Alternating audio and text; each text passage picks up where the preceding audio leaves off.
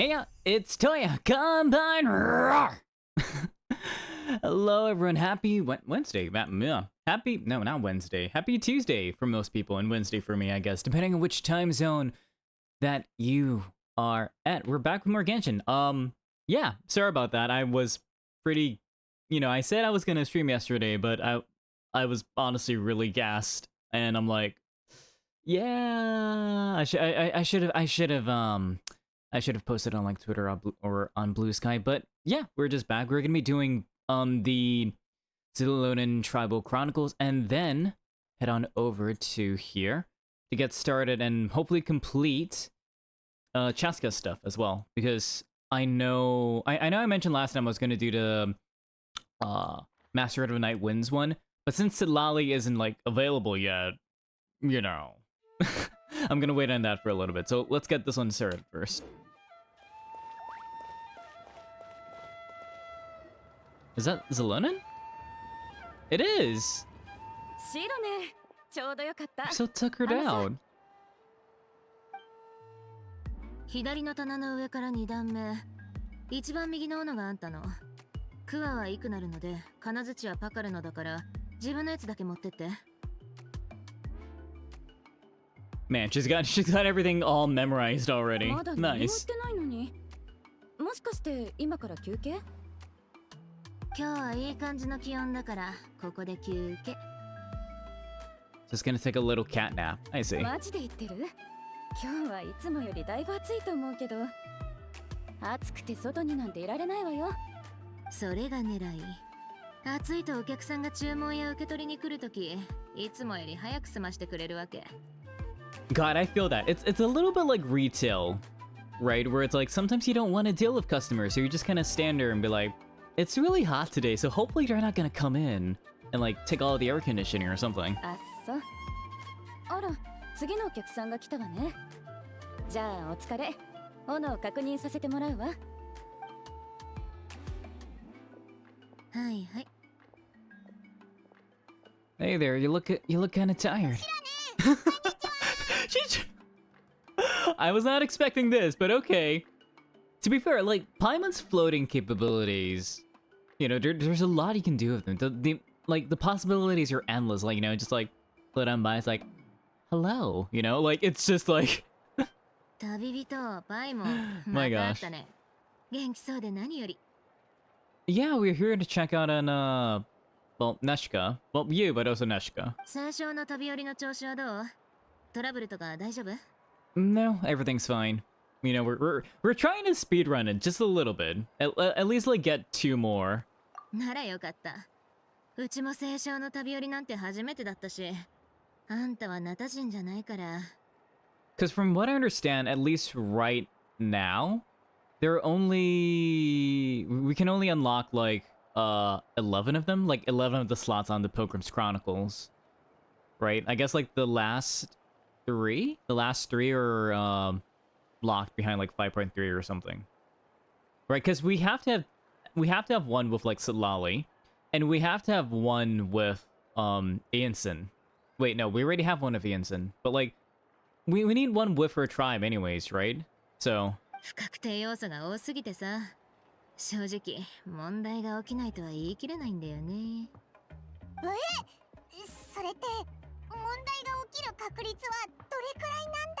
Well, it's not 0, Paimon. Also, I want to talk about my little like pseudo breakdown on Twitter, because I was like messing around on OBS and like my computer and other stuff, because I'm just like, it doesn't make sense that my gameplay's slowing down, right? Like my computer is not like a super beast. Icebox is not exactly the super beast, but like it's still like relatively high end, I would say, or like on a higher end, not necessarily like the highest end, but like it can do stuff, right? So I was like, something's going on. So I sort of just like, oh, is it like my model? Is it like the program that I'm using? I tried messing around with that, and I'm like, okay, nothing seems to be changing with that. Then I noticed whenever I turned off like game capture, or like when I just like kind of not mute it, but make it invisible like on OBS, right? Everything starts running as it should, smoothly. At the frame rate that it's set in game, in the settings, everything. So I figured, okay, so there's probably something going on with like a specific OBS setting. So I went to take a look, and I'm like, why is this checkbox checked? Why is the SLI checked? Why? So I turned it off. Right, so I was also monitoring my like GPU output, right, using like another program. And so before, with that damn thing on, it was like hitting 99%, which, you know, not necessarily a bad thing. When I turned it off, it went to like 60, 70%. I'm like, oh shit. And then everything starts working properly. You know, I have this on, I've got OBS on another screen and like everything. It's just like, I don't know when. Because like by default, that checkbox, right, the cross-firing mode, is not on by default, right? So I don't know how or when like I accidentally clicked on it. Like it's just wild to me, like absolutely bonkers. And you know what? I'm glad everything's working now because I can look at my screen and be like, oh yeah, this is actually like running at the frame rate it's supposed to run. You know? I'm like, God. Anyways, yeah, that's my little rant and me like kind of losing my mind because like I almost cried because I'm just like, you know, I've been having issues and problems and like it was solved with just one click. It was solved, and I stumbled upon it by accident, and I'm not sure like how I like stumbled into the problem to begin with because it's just like, damn. But in any case, let's just carry on.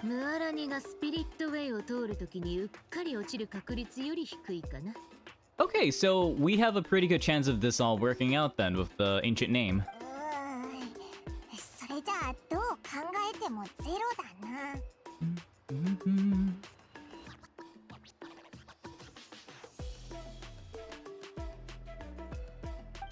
シロね、オノありがとう。持ってくわね。そういえばもうすぐニエガの誕生日だけど会いに行くわよね。もうプレゼントも準備してあるよ。近いうちに行くつもり。Oh hey, what a coincidence. We're about to go there too. まさかとは思うけど、ペンチのフルセットとか工具セットとかじゃないでしょうね。I like a set too. Where can I buy one? うちが手間暇かけて自作してる。欲しいなら作ってあげようか。I feel like this is like a special order thing though, and the fact that she's like willing to make one for me, like forge one for me, man, thanks Xilonen. やったぜ。オイラたちはよく野外でキャンプするから、シロネンが作ってくれた道具があれば、きっとテント張りも火起こしもだいぶ楽になるぜ。Honestly, she makes a lot of quality work, so if it's made by her, right, it should be pretty good, or if not the best thing that we've got our hands on. でも今年のプレゼントは道具じゃないよ。ニエガから手紙が届いて、勇敢なテクイが欲しいってリクエストが来たから。Oh? なかなか探すのが大変な本でさ、何冊かうちのコレクションにあって助かったよ。ずいぶん前に出版されたやつだけど、まだギリ読めるし。I mean, okay, so last time when we were doing like Act 1 and Act 2 of the Tribal Chronicles, right? I was getting some weird vibes from Lazuli. I think that's what the mother's name was. Right? I was getting some weird vibes from her just because like like Genshin tries to make it like relatively easy to spot like when it's like but then sometimes they put a wool over our eyes and makes things like a little bit harder to discern. But since it is a Tribal Chronicle, right, like the way she coincidentally popped out basically immediately after we got up onto the mountain and talked to her Pelosaur, right, like that was a bit too coincidental. And also the fact that like whenever we do mention her daughter, like the kind of weird like pauses in between, right? It just screams conspiracy, among other things. Like, she's hiding something. She's definitely hiding something. Whether or not it's something benign or, like, you know, a little bit more malignant, well, we're gonna find out. I'm leaning on malignant, so we'll see. ニエガくらいの年の子って童話が好きだからね。私もこの間ラゾーリのところに行った時はあの子に差し入れで。あれ？何を持って行ったんだっけ？あの子が一番好きなあれ思い出せないわ。Again, this is like a detail, but it's like we know that memory in Genshin is like a crucial thing, whether it be like an influence of the ley lines or like, you know, the Night Kingdom or whichever the case is. So like this is kind of concerning, and it's specifically like regarding Neshka as well. Neshka? Yeah, Neshka as well. So, 暑すぎて熱中症になっちゃった。自分の名前はわかる？そこまで忘れないって。ただここ何日か。はあ、なんかいろいろ忘れちゃうのよね。like what things specifically? あんたの燃焼冥国に大事なことを刻んでメモ代わりにしちゃえば？持ち運びにも便利だし、劣化しにくいからちょうどいいと思う。それは確かにそうなんだけど、私の冥国にはもうほとんどスペースがないのよ。Wait, but yeah, like usually it just has your name on it. So did you include your relatives' names as well? 違う。燃焼冥国にいくつか願いを刻んでるのよ。Okay. 願いっていうか、まあ要するに将来に対する期待とか、いつかやりたいこととか。ラゾーリは美しさを考慮すると、冥国に刻む文字はなるべく短くした方がいいって言ってたけど、燃焼冥国って米を作ってた内裏師が作ったものでしょ？だからちょっとくらいは神秘的な力があるんじゃないかってみんな思ってるわけ。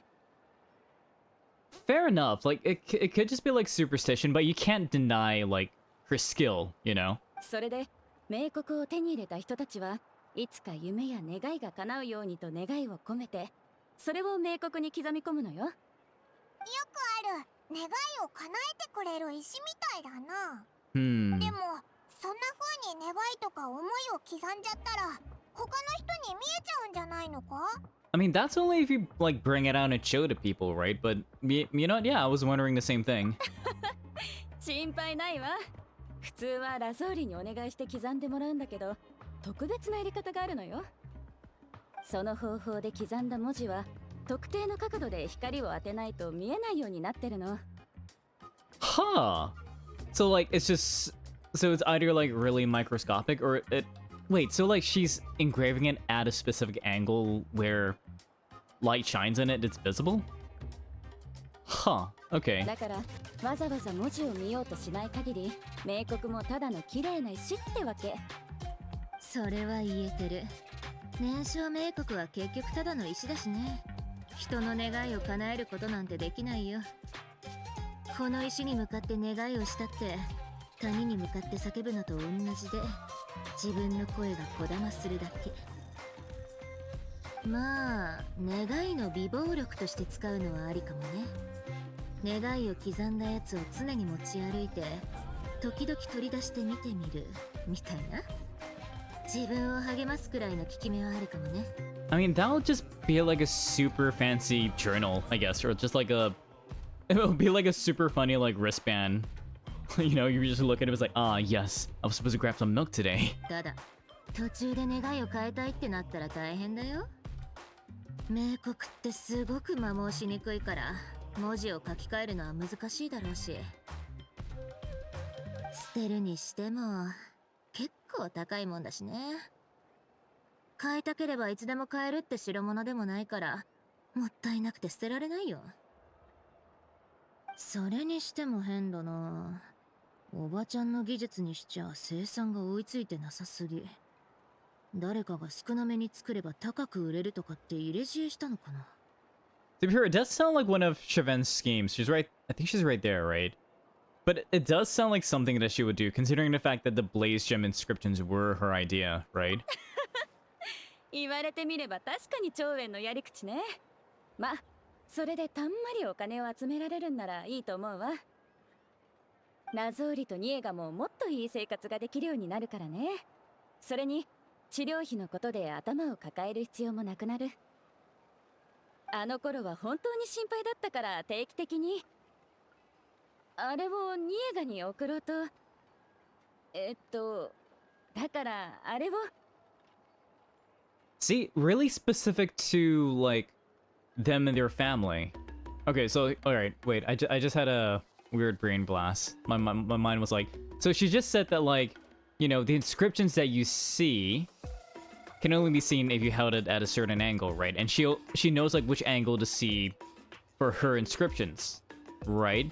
So who's to say that like Lazuli didn't include like some other type of inscriptions at a different angle that she never told her about, right? And since she is like an ancient name forger, that like she has a name engraver, right? Making ancient names, she should know like some techniques or like arcade techniques that have to deal with like the Night Kingdom or other things, right? Maybe? あれなんだったっけはあ私ったらなんで忘れちゃうのほらほらこれ以上日差しに当たると冷酷でもどうにもできないくらいいろいろ忘れちゃいそうじゃん早く帰って休みなうんラゾーリとリエガによろしく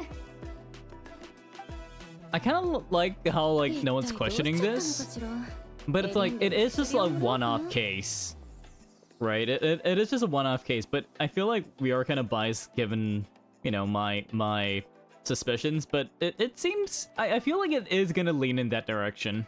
シロネンもニエガの誕生日会に行くのか実はオイラたちも行くつもりなんだ一緒に行こうぜいいよでもあんたたちがラゾーリおばちゃんと知り合いだったなんてね最近集落でもめったに見かけないのにどうやって知り合ったの You know what? It was kind of by coincidence, you know. You explain your encounter with Lazuli to Xilonen. ふん火山硝石を原材料に使うなんて娘のためってなるとやっぱ張り切っちゃうのかな Yeah, we also wanted to get a gift for Neshka, but we have no idea what she might like. なら本人に聞きに行こうついでにうちも本届けたいしね Oh, just like that, just directly? Okay. ちょっと待てよ誕生日プレゼントってサプライズの方が良くないか本人に聞いちゃったらサプライズにならないじゃないかでも本人に聞かないでどうやって好みを調べるのさ Which is true, because we literally know nothing about her. ああそれか手紙に物語の本が好きだって書いてあったからうちと同じで本をプレゼントするのもありかな Fair enough, I've been collecting a lot of books. それじゃあ適当すぎないか分かっててプレゼントをかぶらせるのってなんか適当に済ませた気分になっちゃうぞ I mean, Paimon, it'll be a novel experience, come on! Don't do us dirty like this, like it's books! Right, it'll totally be a novel experience, come on. Come on, Paimon, come on. ニエガに何が一番欲しいかとか聞いたことないのか本以外にも欲しいものってあるの Anyway. Ah, okay. 聞いたことないな数年前病気が再発しちゃった頃って部屋で安静にするだけで人と話す気力もなかったらしいよ But she had enough strength to read and write letters? 最近になってやっとちょっと回復して手紙まで書けるようになったんだ I see. とにかくそんなに悩む必要ないって何もいいのが思いつかなかったらうちの本を上下2冊にばらして半分こすればいいじゃんうちが上をあげるからあんたたちが下をプレゼントすればいいよ Let's just go and ask Neshka. I feel like if we do that, it's a little bit disingenuous, you know? サプライズにならなくなるのは残念だけどそれなら欲しいものをプレゼントできるよなそういえばニエガが欲しがってた本ってどんな物語の本なんだそんなにマイナーな本なのか勇敢なテクイって本なんだけどさちょっとややこしくてバージョンが2つあるんだよね little two peace sign? Okay. So what are these two versions? 物語の大筋はどっちも一緒で2人の兄弟が魔王に立ち向かう話 Okay. 魔王を倒した後兄のテクイは弟のリマークに魔王の魂が取り付いたことに気づく最初のバージョンのエンディングじゃ兄は魔王を滅ぼすために弟を切り倒しその後自分も火山に飛び込むんだ Ah. That ain't great. Okay. Somewhat aged copy of Tequil the Brave. It's kind of giving me like Calamity Ganon vibes. Okay. But I like the art though. Look at this. Multiple eyes. Got a sword. Okay. This tale comes from the desolate, distant past.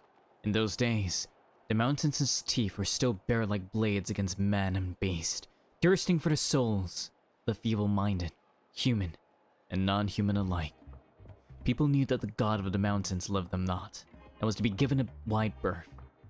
Yet they were forced to seek shelter in caverns from the storm screaming through the wilds, all to pass one long night after the next. But these caverns, like the mountains, extracted payment from these vagrants. Countless were the tribes who lost kin to the waste through which they stumbled blind. Valiant Tequil and his kind-hearted brother, Ramak, were born to one such tribe. At the hour of their birth, a long, troubling night reigned out inside and outside the caves. And though the campfires around which the tribe's people sat flickered, none were comforted by their light. The people thought, "This fire shall soon go out, and once it does, we too shall be finished. How long will this night last? I'm cold, and hungry too. Let's hurry things up then. Quickly, let me walk into the night. Better that than this torment. Oh, you poor children. You poor children."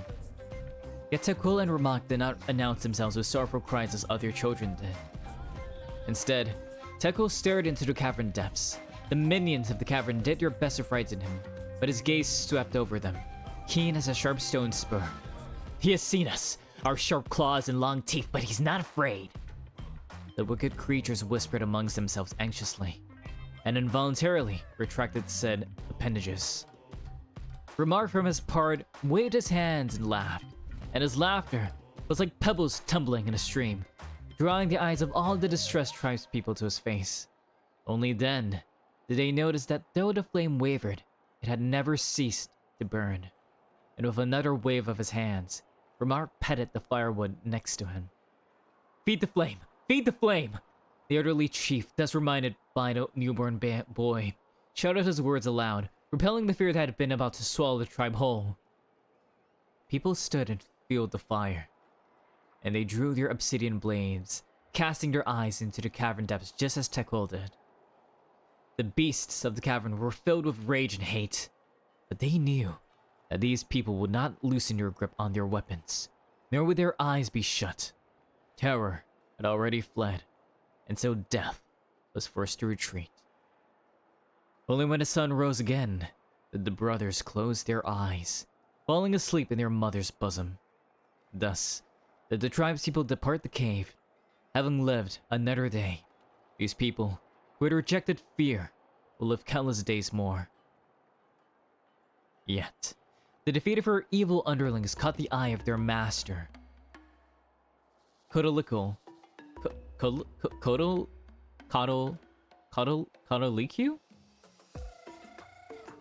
I know it's kind of like Coxolotl, like Kodaliku. Yeah.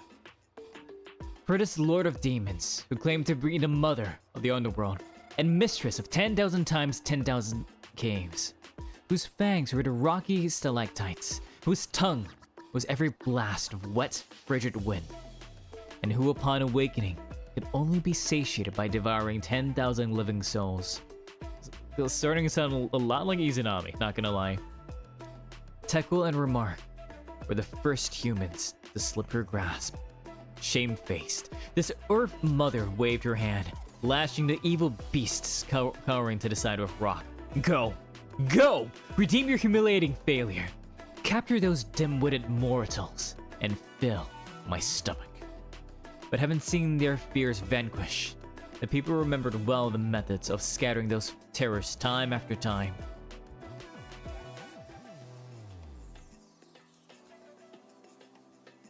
They settled at the foot of the mountains, sharpened wooden sticks, lit fires, and gave the sharpest blades to their best warriors, which they would stand guard behind the stakes. Their bright eyes pierced the wilderness beyond the firelight, and did not shift their gazes away for even a moment. By blade and fire did Huxilla Q's minions taste defeat time after time. Persona 4 reference? Hi. Among the guys. Yeah, that was that's what I thought too. Like 10,000 eyes, 10,000 teeth. Hello, how are you? I was not expecting this story to be this long, but you know what? I'm committed. I'm committed. Where was I? Okay. Your bright eyes pierced the wilderness beyond the firelight, and did not shift your gazes away for even a moment. By blade and fire, the Coxidal Q. Oh yeah. Minions taste defeat time after time, until they could do nothing but huddle in the dark, daring not to draw near the flame. The fires in the people's hearts of the... Whoa, wow, damn. Okay. The fires in the hearts of the people ignited, and they began to speak of victory, of light, and of the end of the Viper. They believed in Tequil and Ramak. These two brothers could surely keep the heat and light alive. Tequil and Ramak thought the same, and so they sharpened their spears and blades, preparing to drive the demon lord of that evil serpent to her doom. But the Earth Mother, who hated this tribe, did not relent. She took sludge from the deepest parts of the cave and pitched it into a snake. Then, she plucked out her eye, settling it into the serpent's eye socket. It was that child who caused you to witness the fire, and so, let me go and swallow his eyes. Maybe we're talking about Hero in this. Maybe. I'm doing pretty good. I was pretty gassed last night, so that's why I didn't stream. But you know, we're gonna be doing all the tribal, well, all the available tribal chronicles with 5 stars. Was it as the main character, as hero? You just get a name. Ah, right, exactly. Why do they call him Kami, right? In the Persona 4 Golden opening, you know, they show all the names, and it's just Hero, right?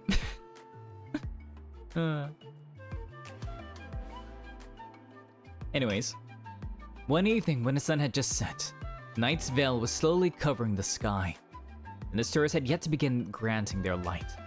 The serpent bit and slew a rabbit beyond the tribe's bounds, and burrowed into its skin, lying flat on the ground. Ramak, returning from gathering herbs, came upon this rabbit, and saw its wound. The kind child put his torch down without hesitation, and reaching for his herbs, he chewed on them, preparing to apply them to the rabbit. But the snake, speaking for the Earth Mother, leaped from the wound, hissing laughter. Ignorant, foolish human! Sacrificing yourself for a lowly rabbit. Before Ramak could retrieve his torch, the Earth Mother's serpent latched his fangs first onto his neck, then, burrowing into his body, captured his heart and soul both. I guess we're moving from Persona 4 to Persona 5. Let's go. The defenseless sentries were the next to be murdered by the Earth Mother, for they greeted Ramak just as they always did when he returned from gathering herbs, only to be pierced through the heart by the serpent, dying on the spot. The entire tribe's fires were put out, and amidst the shroud of darkness, death and terror were resurgent. The Earth Mother spat the snake out, and through poisoned fangs she cried out, "Behold, behold, you ignorant fools, and kneel as you should in the dust." The sound of a rock being struck cut her off, for Tequil, who had been sharpening his obsidian blade, used it to create sparks that set his tent alight. He raised his blade and charged forward, letting fly his blade at the Earth Mother's messenger. The blazing edge. Wow, I cannot speak. The blazing edge cleaved the poisoned serpent's molded from the soil with ease. But as Tequil was about to follow through, he saw his brother's eyes and the blood staining his brother's hands. That instant was all the time the wounded viper needed to escape. Yet nigh fully charted was still, and the Earth Mother's eye reduced almost to ashes. Oh, Persona? Am I Genshin Impact? Yeah, exactly. You know that one hacker chick from Persona 5 that's basically... Oh, Futaba? I just have pop cans all over my setup, but I'm still enough to and just code things and chill on Twitch at times.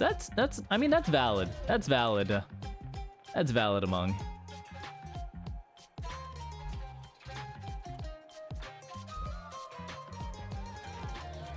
Where was I? This one. This is... Again, I was not expecting the story to be long, but I'm committed. I will finish this. We're about 60% of the way through. You know? What was it? Okay. This tribe was destroyed, and never again was there a chance it would defy her. Thus did the Earth Mother comfort herself as she retreated into the darkness. Hautoko wished to call out Ramak's name, but the burning dust caught in his throat, and so he could only watch as his brother vanished into the night. When the night at last passed, Tekwal, who stood amidst the ruins, knew that the surviving tribespeople could no longer stay. Burying his confusion and pain deep in his heart, he led them on a new journey.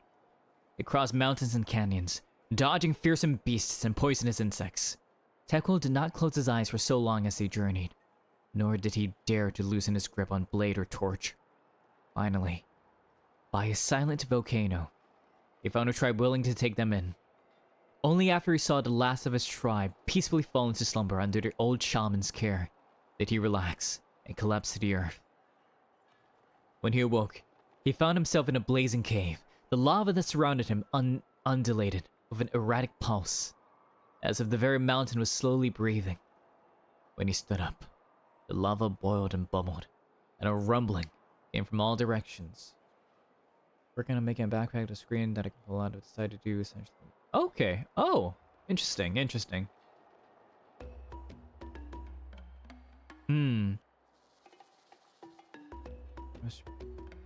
Ah, I see. So it'll be compact, right?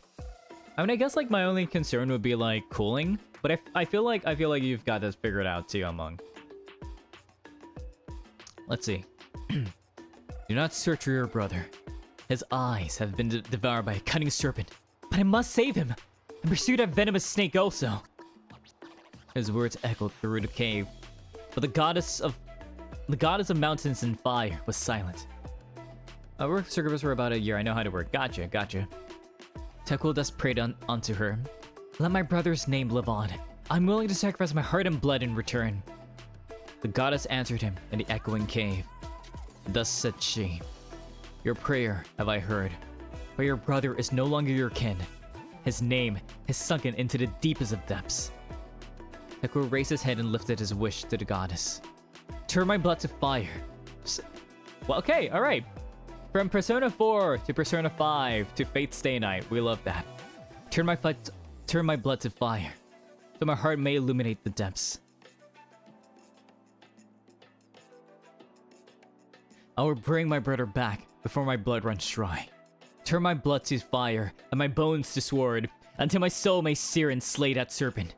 I will take his head before my blood runs dry. When Tekwal awoke once again, the old shaman of the tribe gave him a brand new sword, wood, food, and water. Finally, the shaman clapped his shoulders and blessed him. May your fire dry the venomous snake's venom. But this also allows to become a version of Bennett. I see. I do have luck though. That's awesome. That's awesome. I wish I would win more of my 50-50. I mean, to be fair, I do win like most of my 50-50s. But also like I need it to be more consistent. I need more consistent wins, you know? I need my Mavwika 50-50 to win, please. Please. I've got like I think 2 more weeks, yeah. Okay. Thus did Tekwal embark on another journey. His strength was endless, his body tireless, and his blood burned like lava. He crossed grassy fields and snowy peaks, deep valleys and high mountains, and the goddess of mountains and fire showed him the way with falling rocks and cracks and cliffs. Thus, the Tekwal strode forward without hesitation. When he met his brother again, the Earth Mother mocked him once more using Ramak's body and voice. But when her claws pierced Tekwal's chest, he moved not, and instead her bones were melted by his burning blood. Tekwal stared the vicious demon lord down, and said, in a loud voice, my brother is gentle of heart. He would surely have made this land a better place. Yet you have affronted him with your poison, smothered his virtue, slaughtered those who had faith in his virtue. Die, you despicable venomous insect. Die here. Die, monster. You don't belong in this world. As he roared, Tekkel's blood stained his obsidian blade, turning it red hot in an instant. The Earth Mother watched in terror as her shell, bones, and soul were sundered. She wished to scream, to buy but a moment in which she could unleash her claws and tear Tekkel to ribbons. But she could make no sound, for in the fire's light, the silent soul to whom this body once belonged awakened. And that soul cried out to his brother, I do not wish to see your blood be reduced to ash, but I have seen the light of your heart and spirit. Remember my name, brother. As long as you remember me, I will never have left. The blazing flames swept over every corner in that gloomy, frigid cavern, and every last poisonous insect within was slain, burned to ash alongside every plot and scheme so heinous and vile. I have 11 pity and guaranteed and have blah blah to dump them into Arlen. Wonderful. Standard story, but parts literally. As the last drop of his blood was about to burn away, the roof of the cave above Tekkel's head trembled. A fissure opened, and a gem fell down and stopped his wound. The goddess of mountains and fire spoke once more, and her voice echoed across the walls. You yet have one drop of blood. Return to your tribe, for this is your brother's wish, and I will see it fulfilled. One night, the old shaman who had waited day after day beyond the tribe's bounds stood to welcome the returning Tekkel. But Tekkel refused the water, the food, and the cheers. Instead, he simply said, The venomous snake is slain, and I am victorious. But I shall soon depart along with my brother. He took the gem from his chest, placed it upon a torch, and walked up to the silent volcano. I have but one drop of blood left, but it was not left for me, but rather for justice and fairness, for the good and the brave. Use it, and light a fire, a flame that shall never be extinguished. Having said that, it's silent because it's a dead volcano. I see. I understand now. Having said that, valiant Tekkel leaped into the dead volcano. The earth was shaken by this hardened blood, and the volcano's own heart resumed beating. The blazing lava, once more beginning to flow. The volcano lives, as does the bravery of all the tribes. Damn. How long did I spent like 10-15 minutes reading that story? Damn. I like that. I like that it is kind of like it's an old text, right? It's like an old myth. Because it has a lot of repeating parts in terms of like speaking to the gods, right? In terms of like, where is it?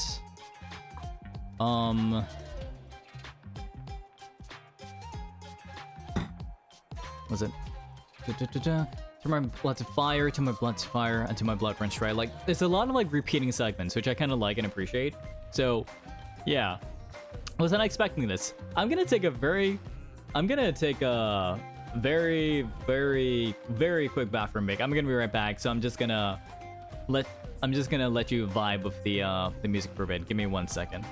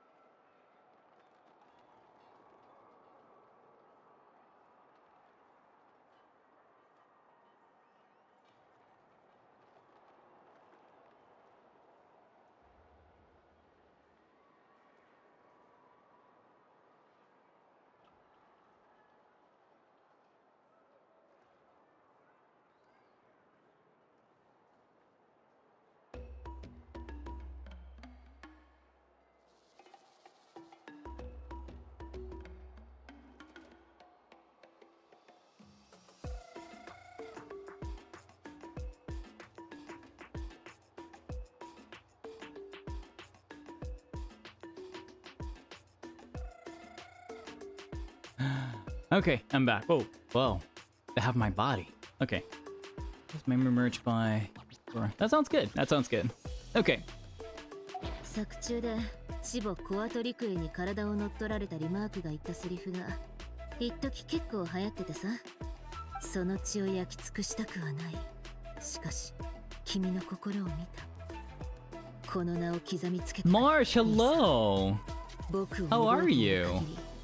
You missed out on story time potentially. Let me give you a little shout out.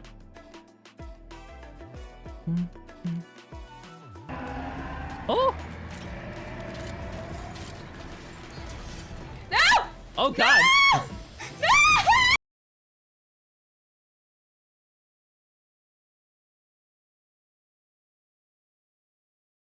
That was really loud. What the heck? Okay, I'm sorry. That got too loud for me.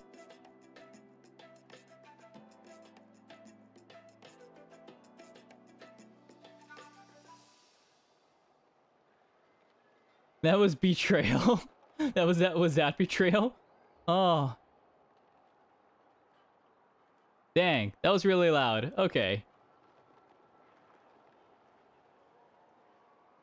But yeah. How are you doing, Marshy? So, what about the other version of the story? もう一つのバージョンは最近出たばかりなの。誰かからの助言を受けて急にまたこの童話を売り出そうとしたのか、作者が物語を書き直したんだけど、そのバージョンじゃ兄と弟が協力して魔王を殺し、二人とも生き残るんだよね。作者の言葉を借りるとハッピーエンドってやつ。It placed a bomb in front of me while in fighting animation that I couldn't stop, making me explode. Oh no! Oh no! They blew you up! They blew you up!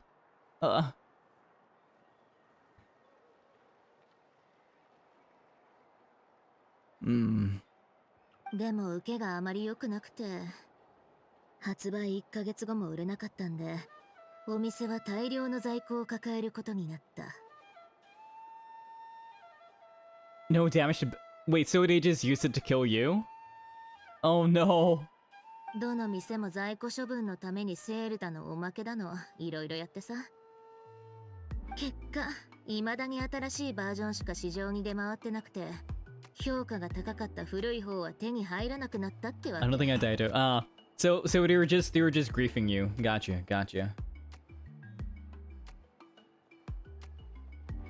でもだからって評判の悪い新バージョンをプレゼントするわけにもいかないっしょ。何日もかけて倉庫を漁ってやっと何冊か古い版の勇敢な手食いを見つけたんだ。でその中から一冊比較的状態のいいやつを選んでカバーもつけてプレゼントにしようって思ったの。 I mean, honestly, like, that was a really good tale, and I prefer, like, the dual sacrifices. I did impossible. I maxed out my battle pass. Hey, that's how we do it among. これ余った方よかったらあげるよ。ページがボロボロだから読むときは気をつけな。 It's okay, Xilonen. I'll protect it with my life. あと、こっちの新しいバージョンもあげる。この間、食当てる水を買ったらおまけでもらっちゃった。 Damn, they really wanted to get rid of the newer books, huh? そこまでしないと売れない本ってどんだけひどいのか気になってきたぞ。 Well, you can read them to me while we're on the road, Paimon. いいけど先にオイラが一通り読むからその間はオイラを背負っててくれよな。 Alrighty. そろそろ行こう。ラゾーリおばちゃんの家は集落から遠いから時間かかるよ。 And we haven't even actually started Act 3 yet. My god. Okay. Let's carry on. Wait, it's really in scroll format? Wait, hang on. I kind of want to take a look at the newer version. What makes it so bad? Like, I know, like, they make it more of like a... I guess they made it more shonen. You know?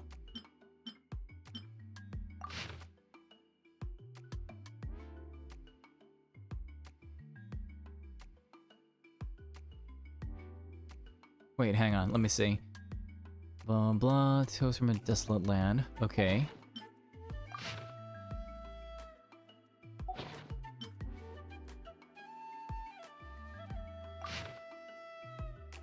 We only seen a boss if you're on NA. Nah, unfortunately among I don't really play with viewers anymore. Yeah. Spanking new copy of Tekko the Brave, exactly. Blah blah, same thing. Last, blah blah, feed the flame.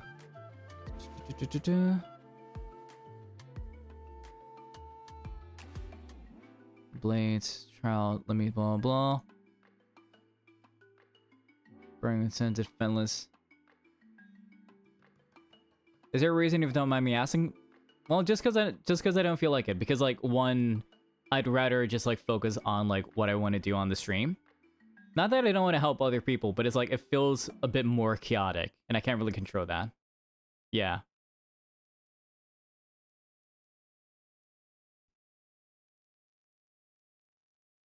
Blah.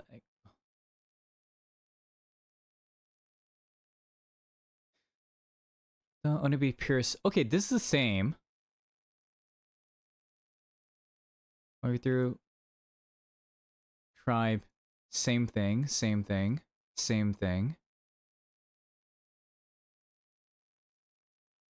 I'm willing to sacrifice my heart and blood in return. Blah blah.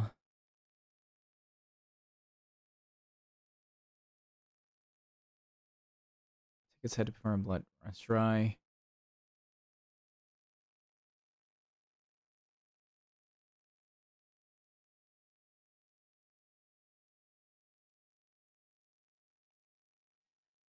Die, blah blah.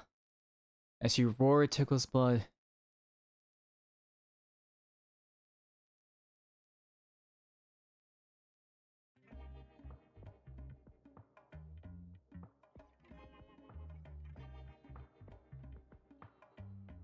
As an silencer to awaken and grasp the snake by the neck. Blazing Bridget, same thing.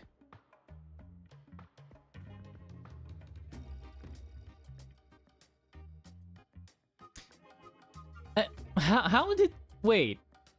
How like I understand. Wait, hang on, because like we go back to here, right? And we had that really emotional like speech of like, what was it? Blah. So awaken and that soul, like it's the same, but like what the goddess like awakened his soul? Huh? Don't stop this wound. Blah. I should give him my own. Go back now. Return her. Hit this. For you.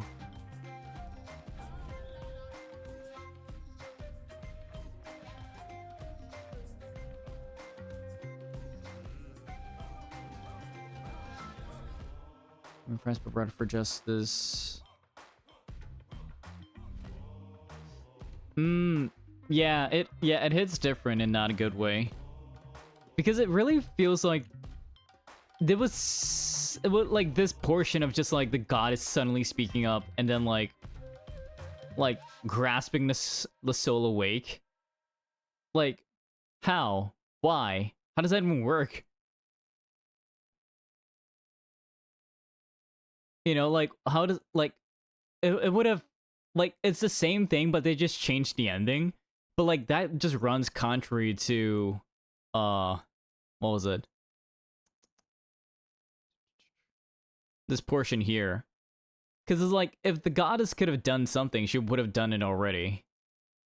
Right? This seems like a cop-out. And it feels weird because it's like, you know, person like they like body started burning.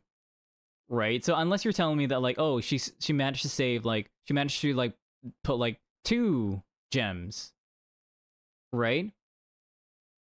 But it feels like because it feels more selfish because it's like this only benefits the tribe, but like him sacrificing himself to reignite the volcano doesn't not only helps like with the one tribe, but helps like all of Natlan, right? Like at the end here. You know, like it's a bravery that transcends not like the one tribe and like, you know, it's spread to all of the tribes. So, damn. That's just ugh. Ugh. That was bad. What the heck?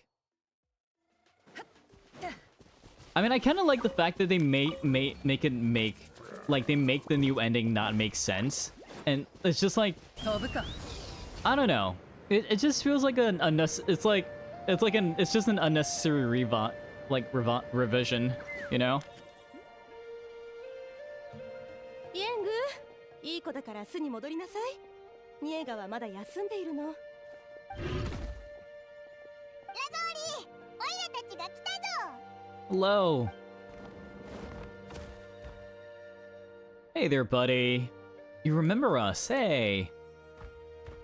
まあ、急にどうしたの？シロネンまで。We came to visit Neshka. お久しぶり、ラゾーリおばちゃん。ニエガから手紙受け取ったよ。勇敢なテクイが欲しいって書いてあったから持ってきた。でもこの本っていろんな想定が出てるじゃん。So you're just chasing Paimon? Oh my gosh. かがり木の民の伝達師に聞いてみたら、こういう柔らかいカバーのが流行ってるんだって。だからこれを買ってきた。シロネンは相変わらずね。さあ、中に入って。ちょうどショコアトゥル水を作っていたところなの。味見していってちょうだい。シロネンは小さい頃、ショコアトゥル水が大好物でね。うちに来るたび何度もおかわりしていたのよ。Really? シロネンがこれくらいの頃、やっとニエガが生まれて。まあ、とにかくまずは中に。Oh? おばちゃん、早く家に入ろう。Like, is she working too hard or what's 旅 happening? 人、一緒におばちゃんを支えてて。Sure thing.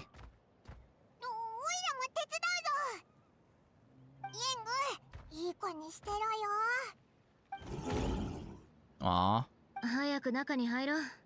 おばちゃん、足元に気をつけて。Alright, let's go in.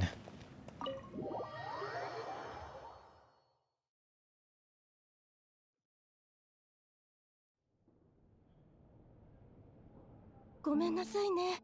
何日か前にニエガの症状がまた重くなって、看病で数日寝れてないの。急に日に当たったら頭がクラッとしたわ。びっくりさせちゃったかしら。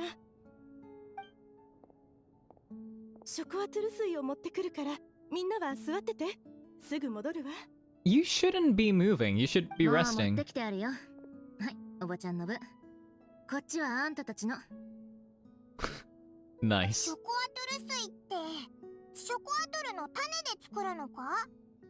苦いらしいけど実際どうなんだ？大丈夫大丈夫。おばちゃんはショコアトゥル水を作るとき、いつも砂糖を So is it め like ちゃくちゃ入 chocolate れ or る is it から。 like is it a hot chocolate or is it like mole or what?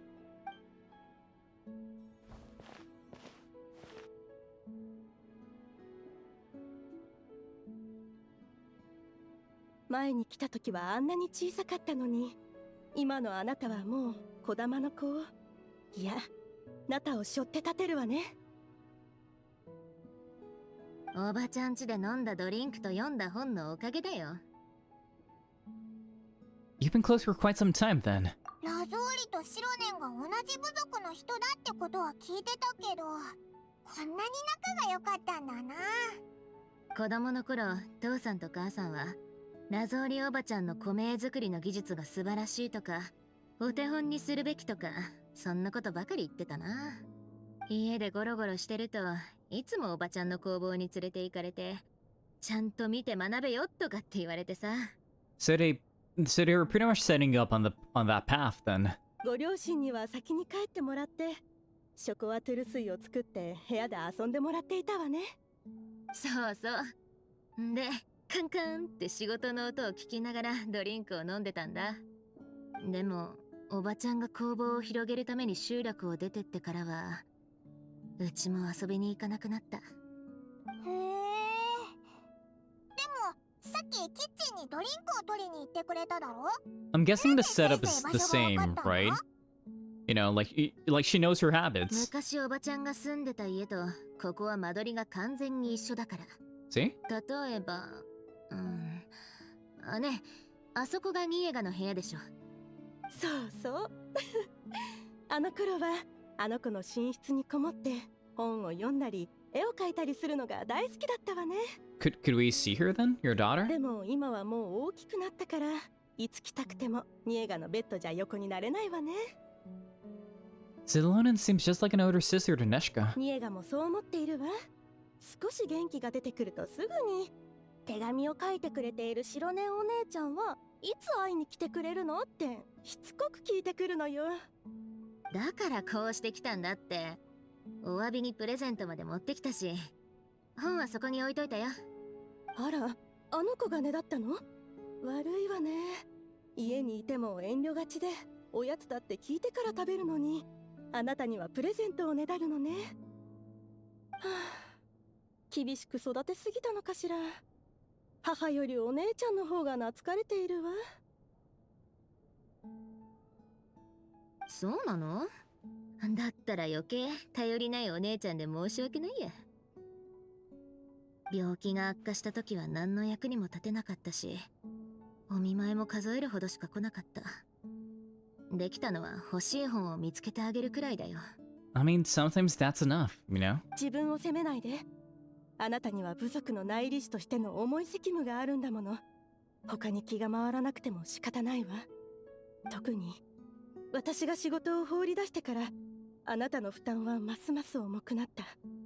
I mean, add to the fact that Xilonen's one of the 6 heroes too, お so... ばちゃんにはニエガのお母さんとしてやるべきことがあったってことは部族のみんなも分かってるって。ニエガにはお母さんが必要だった。それでも責任を放棄したのは変わらないわ。それに今もまだ再びハンマーを握る勇気がないの。全部あなたに押し付けてごめんね。空気が重いぞ。二人とも元気出してくれよ。ニエガはもう良くなったんだろ？ Yeah, wouldn't you be able to, like, go back into doing that? 心配しないでよおばちゃん。うち一人で大丈夫だか Yeah, ら like going back to work で and, も like, back ニ to エ the ガが完 forge. 全に元気になったら戻ってきて。戻ってきたらバリバリ働いてもらうから覚悟しててよ。手も貸してあげない。隣でショコアトゥル水を飲みながら応援してるよ。本当にそうなったらいくらでもショコアトゥル水を飲んでもらっても構わないわ。 So, how did Neshka get so sick? 前まではこの話題に触れるのも怖かった。でも今はニエガがだんだん元のように元気になってきてくれているから、あの時のことに向き合う勇気も多少は出てきたわ。 Like, is it abyssal corruption or something? Because we can help with that. 実はあの子の病気は It ア is, リスのせ okay. いなの。 Alright. その日の夜は集落で次の米作りに関する相談をしていた。すると急に外から渓谷の角笛の音がして、無数のアビスの魔物が集落に奇襲をかけてきたの。私を含めた部族の全員が迎撃に出たわ。魔物を撃退した後、部族の守衛と一緒に家に帰って、ニエガが家にいないことに気づいたの。 She got took. どれほど探したんでしょうね。2、3日かしら。結局そう高くはない崖の下であの子を見つけた。あの子は手に枯れたエンバーコアフラワーを握ってた。そして傷口にはアビスに侵食された痕跡が残っていたわ。私のせいなのよ。ああなる前に米を作ってくれないかとあの子に聞かれたの。 But you can't do that because she needs achievements in Natlan. 当時は仕事で忙しくて、私エンバーコアフラワーを見つけてくれたら、 Ah, それを原材料に米 I を see. 作ってあげるって言ったのよ。ニエガをこの腕に抱えて、どんなに名前を呼んでも目を開けてくれなかったわ。私が米を作るために工房を郊外に移したから、ニエガを一人で家に置いてきてしまったか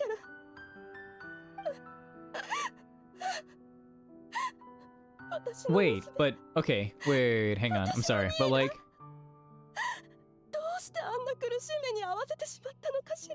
but the language is like she wouldn't open her eyes, so like, was she in a coma then? But like, the language of it makes it seem like she died. You know what I mean? そんなに思い悩むなよ。ニエガはもう元気になったんだろ。 Like, look at this, right?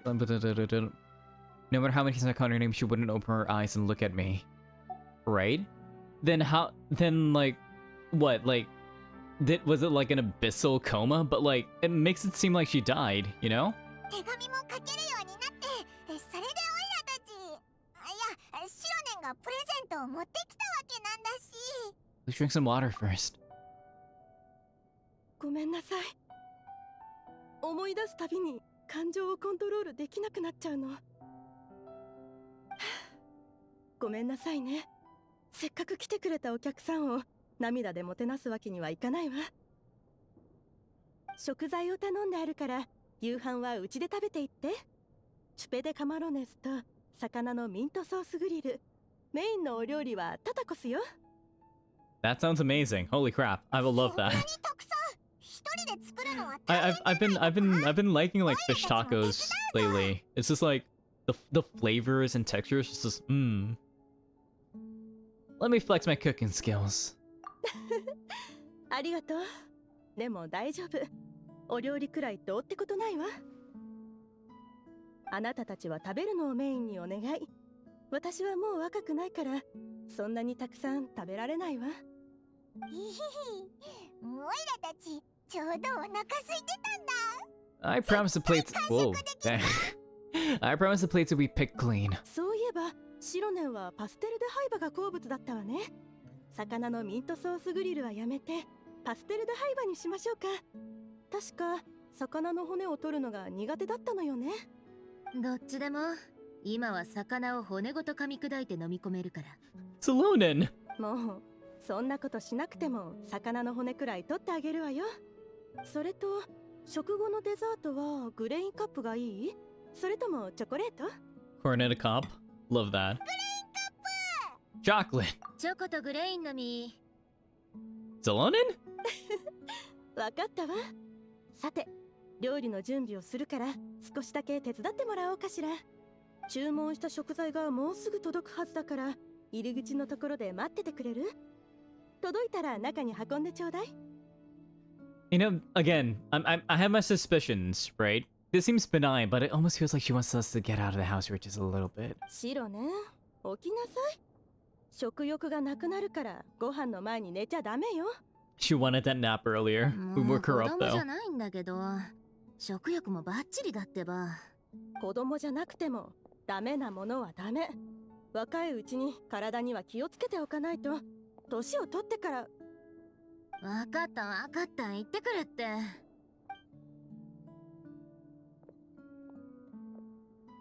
たちも行こうぜ。すぐそこだし、そんな手間でもないだろ。 Okay, that head turn too. Like, it's not like an about turn to make it like more, like, I guess like pleasant looking. Like that head turn made it look a little bit more ominous. It's like I'm keeping my eye on you. It's just like turns, as opposed to like the whole body turn. You know? あの子ったら。 Or maybe I'm just looking into it. Maybe there isn't like anything weird going on. Right? Maybe, hopefully. あの子ったらニエガとそっくり。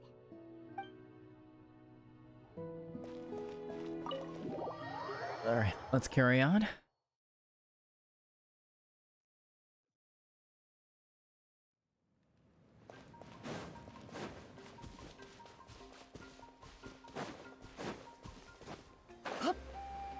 So it's here?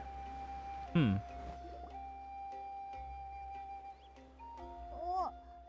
誰もいないぞ。外に出ればすぐに誰かがユムカリオに乗って空から降りてくるって思ったのに。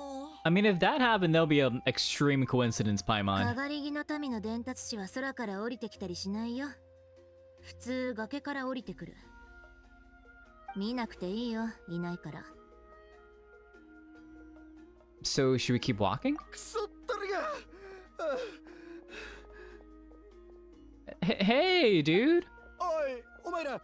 すまんが、ラゾーリの家がどこにあるか知らないか。She does. What's up? 食材を届けに来たのか？ I don't see any ingredients. You just kind of you saw a ghost or what? 食材？危うく俺が食材になるところだった。You got a blaze gem inscription too. 魔物たちが追ってきてる。話は後だ。お前らも手伝ってくれ。What monsters? You said ghosts too, right? Like what's happening? シロネン、オイラたち。あれ？シロネンは？ She already ran off. うわ、もう魔物と戦ってるぞ。オイラたちも早く行こう。 Yeah, she works fast. Okay, let's go. Ooh, nice.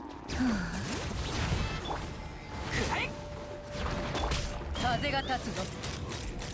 撃て。撃て。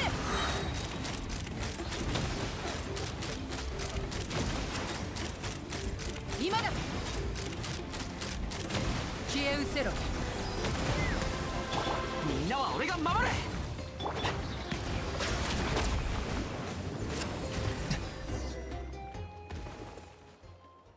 れ。よし、これで全部楽勝楽勝。荷物もほぼ無傷じゃん。ラッキーだったね。Oh, so he was delivering the thing. Okay, all right. おかしいな。オイラたちが来た時はこんなにたくさんの魔物いなかったぞ。 Could it be from the blaze gem inscriptions? Like, that's the only thing that's kind of unique about his model. So, you didn't provoke them, did you? うんだって。俺は昔からよくこの道を配達で使うが、これだけの魔物に襲われたのなんか初めてだぞ。それにここは集落に出入りするための主要な道だから、部族の奴らが時々魔物を退治してる。安全なはずだ。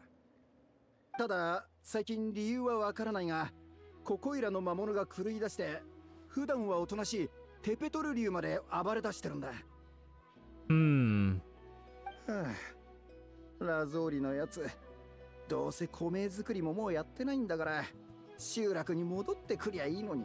I mean, it is pretty suspicious. そうすればニエガだって一緒に遊ぶ友達ができる。あの子はまだあんなに小さいのに、まだ一度も。あ、ニエガの友達？あれ、うちの子ニエガに会ったことあったよな。確かニエガの好きな遊びも知ってるって言ってたような。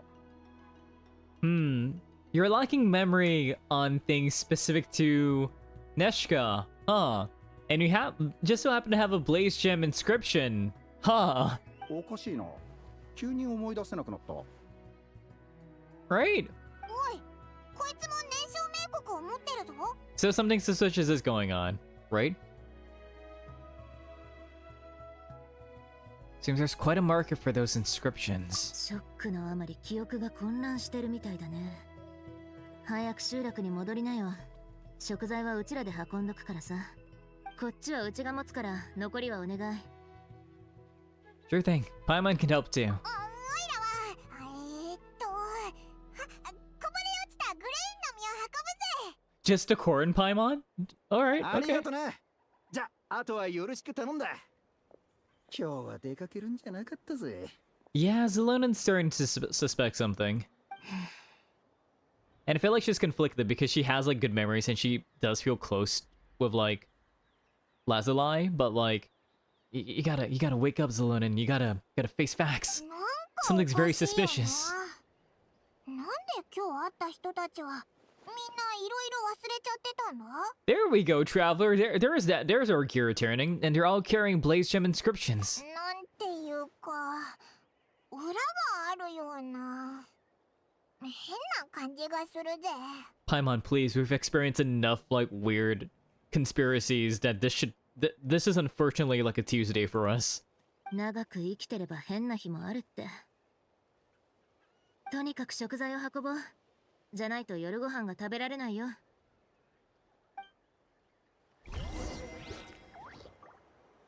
All right, let's go. Oh, that's a dailies right there. I'm like, You know what? Sure, why not? Let's do this really quick since it's right here. お披露目だ。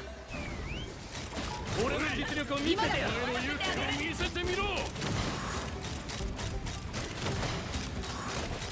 今だ。撃て。お前のロックオン。ロックオン。 There we go. That was quick and easy.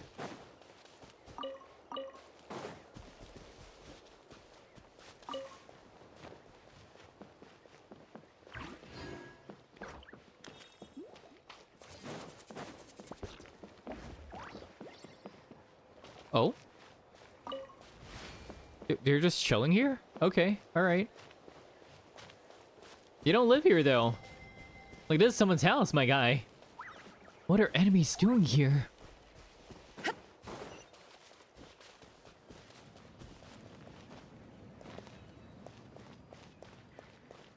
Let's go in.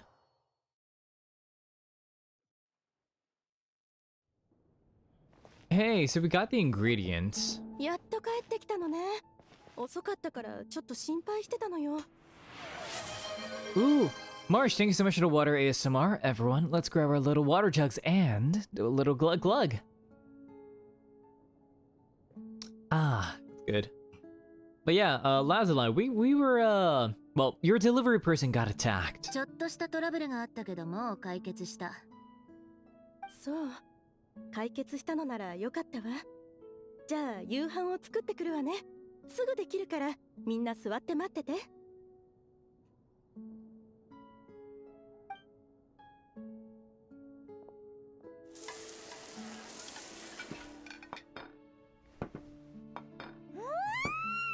そうな Damn. ものがいっぱいだぞ。ラゾーリ、お前すごいな。 Look at that. Was this like the shrimp, that's not ceviche, it was the shrimp bisque. Damn. 簡単なものばかりだけどね。さあ、遠慮しないでどんどん食べて。What would you like to start with, Paimon? 自分で取るぞ。これと、これと、あと、これも食べたい。 Tacos too. おかわり。 Already? もう食べたのか。お前、魚とかちゃんと噛んで食べたか。そりゃそうよ。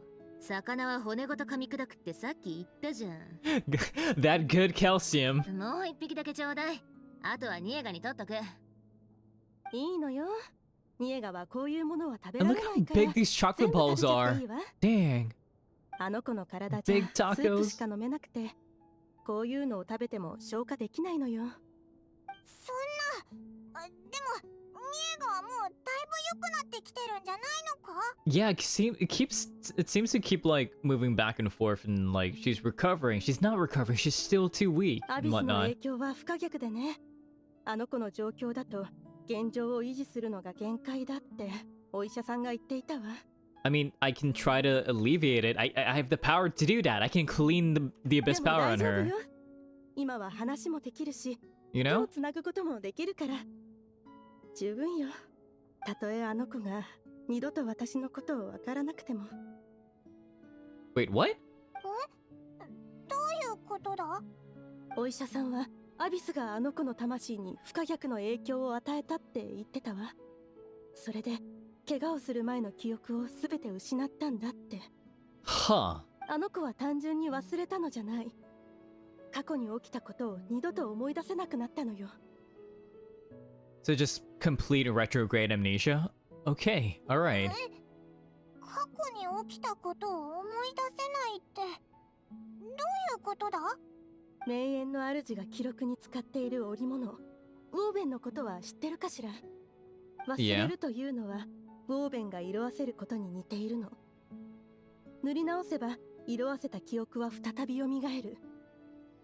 Right, but in this case, it seems like it was just ripped off. でもニエガはウォーベンの一部を切り落として灰になるまで焼き尽くしてしまったような状態なの。好きだった本や花、この家で過ごした日々のことは全てアビスによって切り落とされた。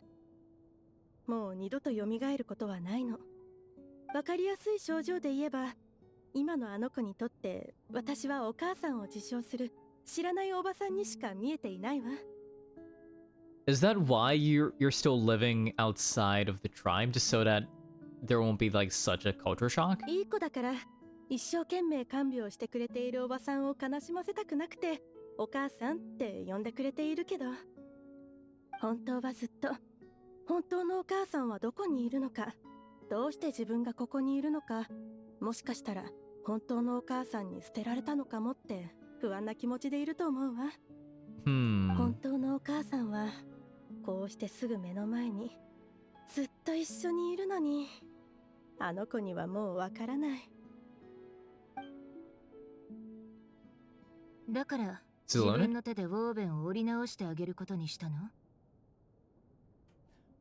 Okay. So, okay. Oh, wait. Okay, that caught me off guard, but dang. Okay, the fact that she's saying it like this, I feel like it means something, right? So it's either like she's figure out what's going on with the Blaze Gem inscriptions. So it's like maybe there's like a master Blaze Gem Blaze Gem that's like collecting the memories from people. Like what like the first person the guard said, right? She said that, you know, you can put in inscriptions that can only be seen at a very specific angle in the light. So who's to say that she didn't like put inscriptions on like every Blaze Gem to like that she sold on memories of Neshka, right? So that's why people are losing their memories and like it's all being collated into like one Uber Blaze Gem or something, right? Maybe that's a conspiracy. Ooh, that's true. Look at that. The wide-eyed look. 何を言ってるんだ？ It has something to do with the Blaze Gem inscriptions, ain't it? それともずっと前からウォーベンの修復は始まってたのかな？ Blaze Gem inscription. Whose is it? 宅配の兄ちゃんのやつだよ。腰についてたからちょっと貸してもらった。全部の答えが分かったらちゃんと返すから大丈夫だってば。安いものじゃないしね。いつから気づいてたの？ Just now? 年少冥国が部族で流行り出した時期から目をつけてた。Wait, so she's had this suspicion for a while now. その時から冥国を身につけてる人の記憶が多かれ少なかれ混乱してるってことにも気づいてた。旅人たちもちょっとは違和感あったでしょ？ Yeah. Everyone's memory loss had something to do with Neshka. 古名の製造技法で作ったアクセサリー。ただのアクセサリーにしちゃ中の年祖冥国があまりにも複雑すぎる。And considering that she is a master craftsman herself, like she is the current name engraver, she should be able to recognize all of this. それに冥国の形も流れも古名のと一緒だし、いくつかメインの流れとかつなぎ方をちょこっといじるだけで年少冥国はほとんど古名って言えるものになる。Oh, is that why she's also like only making it like once a day, or like she's like slowing down production on them? Because like forging an ancient name takes some life force away from you. Like it physically it physically takes life away from you, and it's, you know, it takes life force away from you. 年少冥国の中にはいつでも起動できる年祖冥国が仕込まれてる。なのにおばちゃんはそれを誰にも話してなかった。やっぱりあなたには隠し通せないわ。ええ、ニエガの過去の記憶を取り戻す方法はあるわ。とても簡単な方法よ。あの子のために過去の記憶を入れるための古名を作ってあげるの。You're going to make an ancient name for Neshka? But ancient names must be approved by the Wayob. どうして大礼に認めてもらわないといけないか知ってる？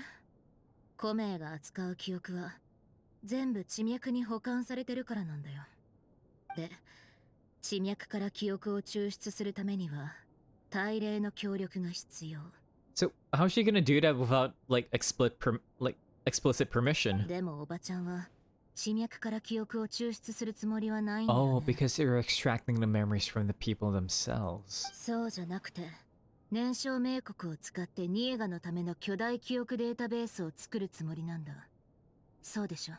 Just casually, like Damn, I didn't know name engravers were this powerful. コメを作るのは記憶データベースから記憶を抽出するのにコメが必要だから。記憶のデータベースを作る？ちょっと待ってくれ。ってことは急にみんないろいろ忘れちゃったのは燃焼冥国にニーガの記憶を持っていかれちゃったからだったのか？ I do like the fact that a lot of the recent choices, like dialect choices, are just like, you know, fragments of like the whole speech. Just because it seems like it is moving in like a certain direction, right? Even though Neshka has forgotten her own past, her life was still witnessed by other people. 他の人の記憶を使ってニエガの過去を保管する。なかなか斬新なやり方だ。もう私の考えなんてお見通しね。シロネンは昔から本当に優秀だわ。私なんかよりずっと。そうよ。こうやってニエガに関する記憶の整合性をとって、あの子の過去を取り戻してあげるつもりなの。でも燃焼冥国に記憶を吸われた人たちはどうなるんだ？ Yeah, so like wouldn't like everyone who has the inscriptions just completely lose their memories of Neshka? 安心して。部族の人たちに危害を加えないように、燃焼冥国による記憶の抽出はちゃんと細かく制御しているわ。How? これは燃焼冥国を制御するための中枢冥国よ。そしてこの中枢冥国こそがこれからニエガが持つことになる古名なの。Huh. これ全部ラゾーリが一人で作ったのか？ Even though it's not an official name, an official ancient name, that's still a lot to do on your own. そうね。たくさん頑張ったわ。おかげでとても疲れちゃった。年を取りすぎたのかしらね。あなたたちも見たでしょ。日の光にちょっと当たっただけで倒れそうになっちゃうのよ。もしかしたら明日、いや、今すぐ倒れてしまうかもしれない。でもニエガの古名はまだ完成していない。記憶をしまうところまではできたけど、まだあの子とこの中枢冥国をリンクさせる方法がわからないの。おばちゃんの古名を改造するのかと思った。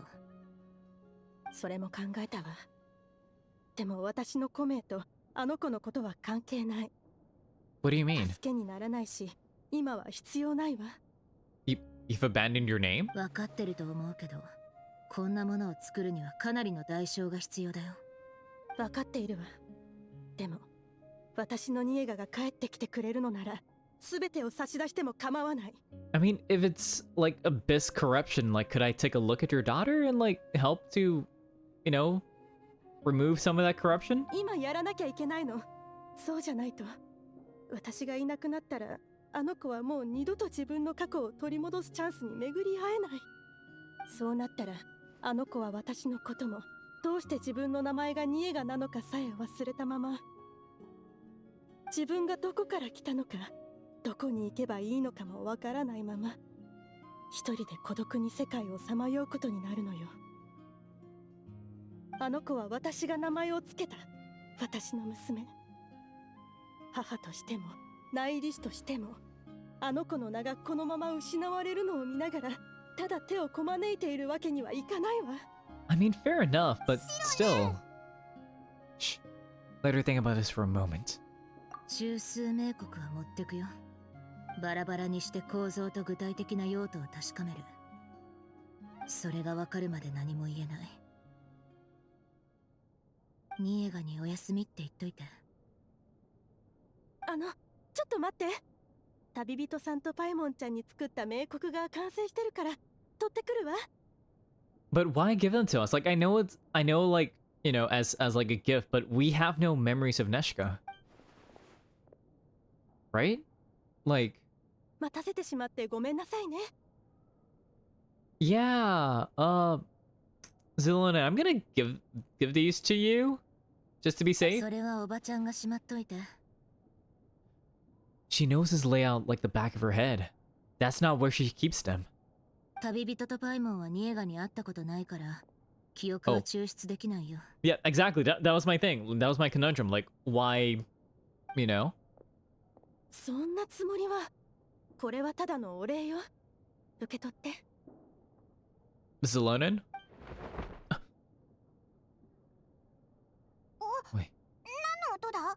Neshika? ニエガが起きたのよ。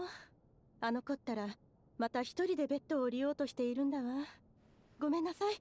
先にあの子の様子を見てくるわね。ニエガ、一人でベッドから降りないで。欲しいものがあったらお母さんが取ってくるから。おばちゃんはニエガの面倒を見てて。 Xilonen? 行こう、旅人パイモン。話したいことがある。 Okay, like what are you gonna drop on us? Like what's the tea? 一旦集落に戻ろう。工房によって取ってきたいものがあるんだ。 Okay. 中枢銘刻を分解するのは結構骨が折れるかも。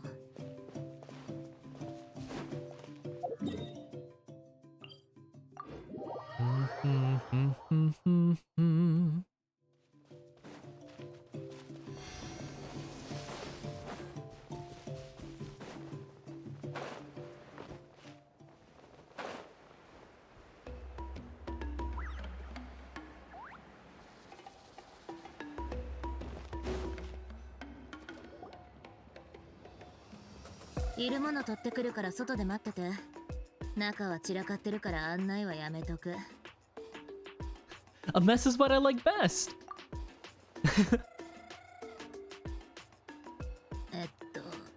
誤解。汚いから恥ずかしくて見せられないとかじゃなくて、 Go on. 本とか書類とか名園の主からもらってきた典籍とか物で溢れててさ。びっしり天井まで積まれてるから足の踏み場がないって意味。 Yeah, but I still want to take a look, Xilonen. 一回資料を調べるのに夢中で鍵をかけ忘れちゃったことがあってさ。カチーナが入ってきて大変な目にあったらしいんだよね。工房に入ったら速攻巨大な名園の主のウォーベンに驚いて、振り返ったら今度は God. 鍛造図の本の山をひっくり返して、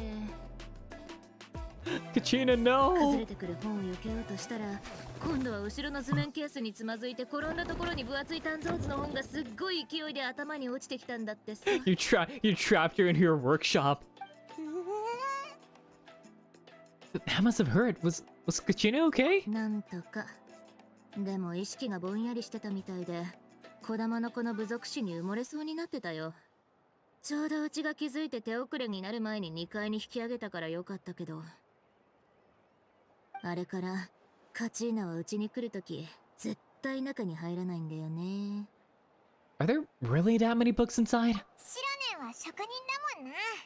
オイラも工房の中は武器とか鎧とかでいっぱいなんだと思ってたぞ。でもそれなら工房っていうより図書館みたいだな。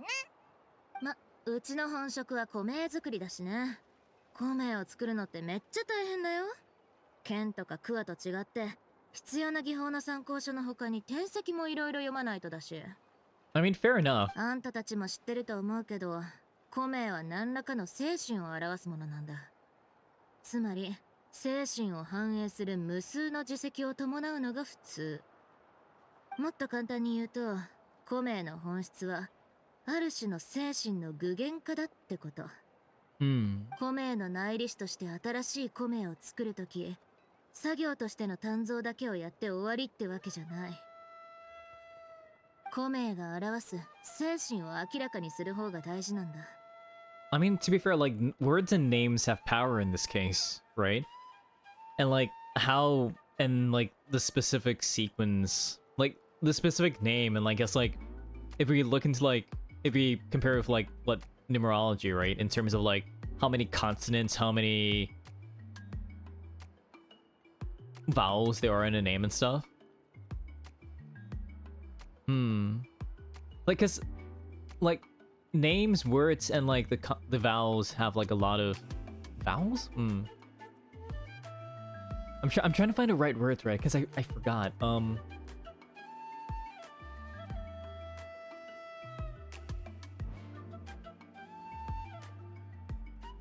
Syllables. There we go. Like, sorry, I just remember like the number of syllables in a word, right? Or like a name, kind of like it gives it more power depending on like how many syllables there are, because like, oh, this name is like this many letters long, has this many syllables in it, so on and so forth. So like I feel like it's a thing like that too. でもって精神を明らかにするには関係がありそうな物語をできるだけ集めて全部に目を通すしかない。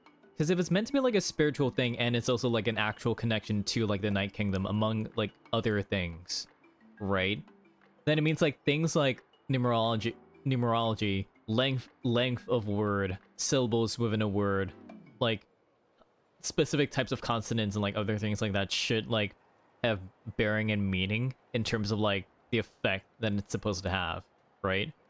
でも人って自画自賛するとき結構話を持っちゃったりするじゃん。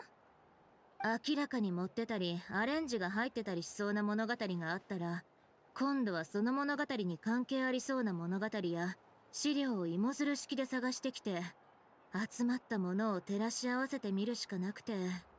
So you're a little bit of a detective yourself, huh? それができてやっと物語の装飾部分を剥ぎ取って真実に近い状態に戻すことができるわけ。 So how much of like Paimon's story of May did you have to like filter out and like cross-reference? 真実の物語からしか真の精神は見つけられない。それを見つけてようやくうちらはその核を古名として具現化させることができるの。古名の原理は聞いたことがあったけど、改めて詳しく説明されるとなんだかすごいな。 If only they could be even more powerful. いくらすごい古名でも武器に変身したり拳で山をぶち抜く力を授けたりは無理だからね。 I mean, you don't know, Xilonen. Like, what if like Pyro Traveler, once he gets his ancient name, is just super busted? You know, we can cleave mountains in half, right? あくまで代々引き継がれる精神の力だからそういう分かりやすい効果はないの。例えば2人の名前もそう。生まれた時から誰かが2人に祝福を用意してくれてた。 You're not wrong. その人は祝福を名前に集約して2人に与えた。2人が名前を授かったのは過去の出来事かもしれないけど、その名前は2人と一緒に未来に向かって歩んでくれてる。名前は過去に立つ人々が未来に送る祝福。謎織りおばちゃんが昔教えてくれたことなんだけどね。名前っていう祝福が一緒にいてくれることで人はより安心して未来に進めるんだ。ほら、夜道を歩くときランプがあると多少安心するじゃん。 Because it guides us, right? わかるぞ。暗い夜道を行くときって一人だと怖くてしかもすぐ疲れちゃうんだ。 Our names like keeping us grounded and whatnot. でも誰かと一緒ならそんなに怖くないし、疲れはするけど一人よりはマシだぜ。こいつのそばにはいつもオイラがいるからそんな心配ないけどな。 You're not exactly walking next to me, but close enough, Paimon. ふふ、ほんとお前ってついてるよな。 Please, you're always the one to get tired when we're on the road. オイラは飛んでるから疲れやすいんだ。っていうか話がそれたじゃないか。本題に戻ろうぜ。 Try not to fall asleep on me next time. とにかくそれが内裏師になる訓練を受けた時に謎織りおばちゃんから教わったこと。正直うちは2割くらいしか理解できてないけどね。それほとんど分かってないじゃないか。いや、少なくとも一番大事なところについてはおばちゃんと同意見だから。 On ちょっ what? と話しすぎちゃったや。残りは後で。ここで待ってて。だったら。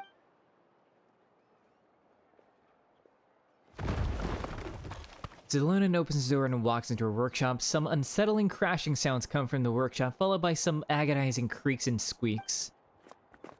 Eventually, Xilonen rushes out the door with a box in her arms. She then turns around and kicks the door closed, shutting the sound of dusty books falling to the ground inside. Huh. Damn. Alrighty then. 崩れてないか。大丈夫大丈夫。ずっと前の古名の記録だからとっくに写しを取ってやる。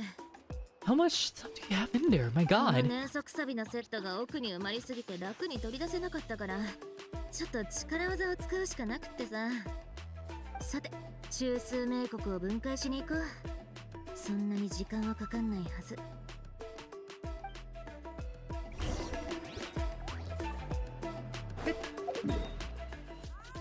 Oh, we need to go up for that? Okay.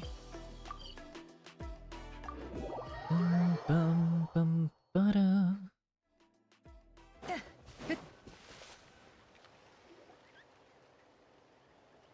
着いた。ここだよ。Here? 高い崖だな。どうやって分解するんだ？あの山のてっぺんから名国を投げるのかよ。We're disassembling it, not destroying it, Paimon. この崖の面に年素を刻印して中枢名国の内部構造を調べるよ。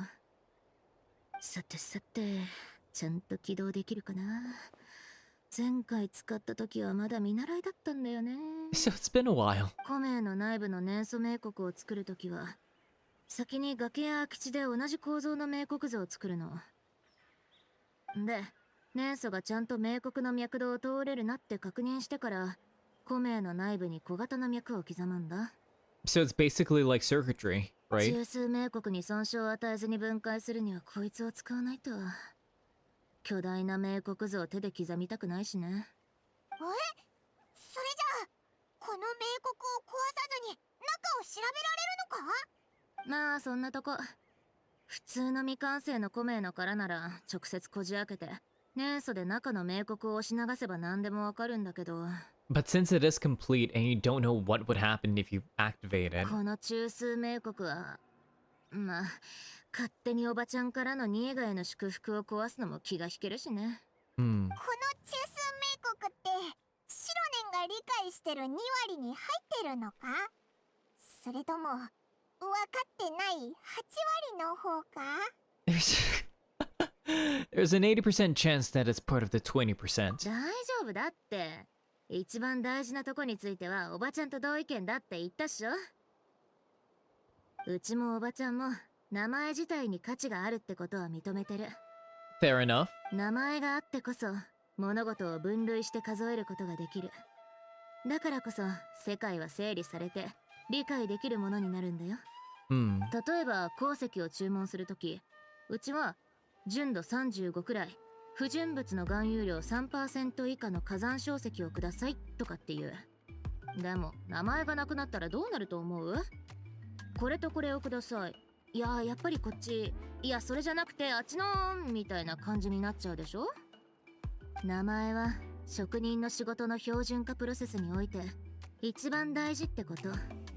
名前がなくなったら仕事にならないよ。 So you're talking about it from a technical perspective. 実際古名の製造は根本的には技術的な問題だしね。名前がどうして重要なのかとかそっちの問題は仕事に支障をきたさない範囲で実践しながら理解していけばいいでしょ。 Sounds like the most efficient approach. 古名を作るのは簡単じゃないからね。どうせ今集落にいないし行っちゃおっか。もうちょっとわかりやすく言うとね、古名を作るのは本質的にはあなたの歴史上の英雄たちにあだ名をつける営みなわけ。Hmm. 人に名前を与えるのはその人に対しての自分の願いを表現できればいいから主観的でいいっしょ。でもあだ名は客観的でないと。正確なあだ名をつけるにはめっちゃ観察してめっちゃ考えないといけないんだ。 Because in a way, you're kind of condensing all of them into like into a 古名 nickname てか or like a あ quality. だ名が十分にその人のエッセンスを捉えてないと誰も覚えてくれないしね。だからうちはできるだけ使えそうな資料を集めて正確なあだ名をつけようと努力してる。もしそれが少しでもずれててみんながあだ名を誤解してしまうようなことがあったらそれはうちの内理士としての大きな失敗になるから。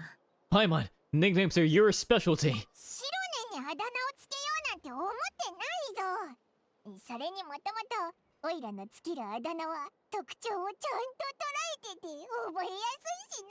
I mean, true, I would never forget Bullchucker, among other things. 気になるなぁ。パイモン、うちにもあだ名をつけてよ。もちろん、あだ名をつける者同士遠慮することないって。To be fair, all of her nicknames have been insults. あだ名、シロネンはネスを使って武器を作る。それから人にあだ名をつける。 You'd better make it a good one. ね、年相いじり Just Smith? Very apt. Very apt. いいねいいね、言えてみようじゃん。覚えとくよ。パイッチももうちょっとうちの仕事を観察してればもっといいあだ名が思いつくようになるかもね。これから年相いじりしてくるから、まあ見ててよ。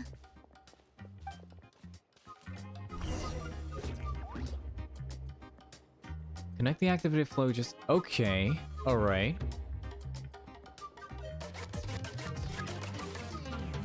Oh! Oh, okay.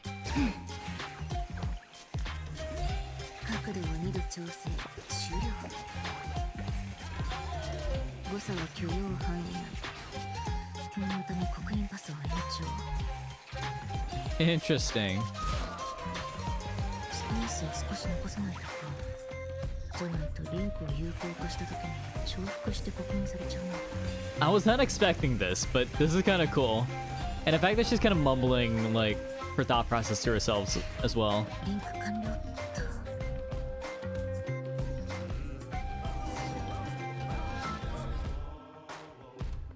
シロネンお前、崖を平地みたいに駆け回ってすごかったぞ。 Is that the power of the Children of Echoes? 子供の子は関係ないよ。あれはこの連想を入れた靴と粘着反応のおかげ。でもさっきので入ってた粘素をほとんど使い切っちゃった。次からは予備の粘素管も持ってくるか。 Don't tell me you're actually already cover head to toe in work equipment. まあね、使えそうなやつは全部。今度時間があったら装備を紹介してあげる。今はまず目の前の仕事に集中しよう。どれどれ。アンカーの1番から濃度3の粘素でアクティブカット。う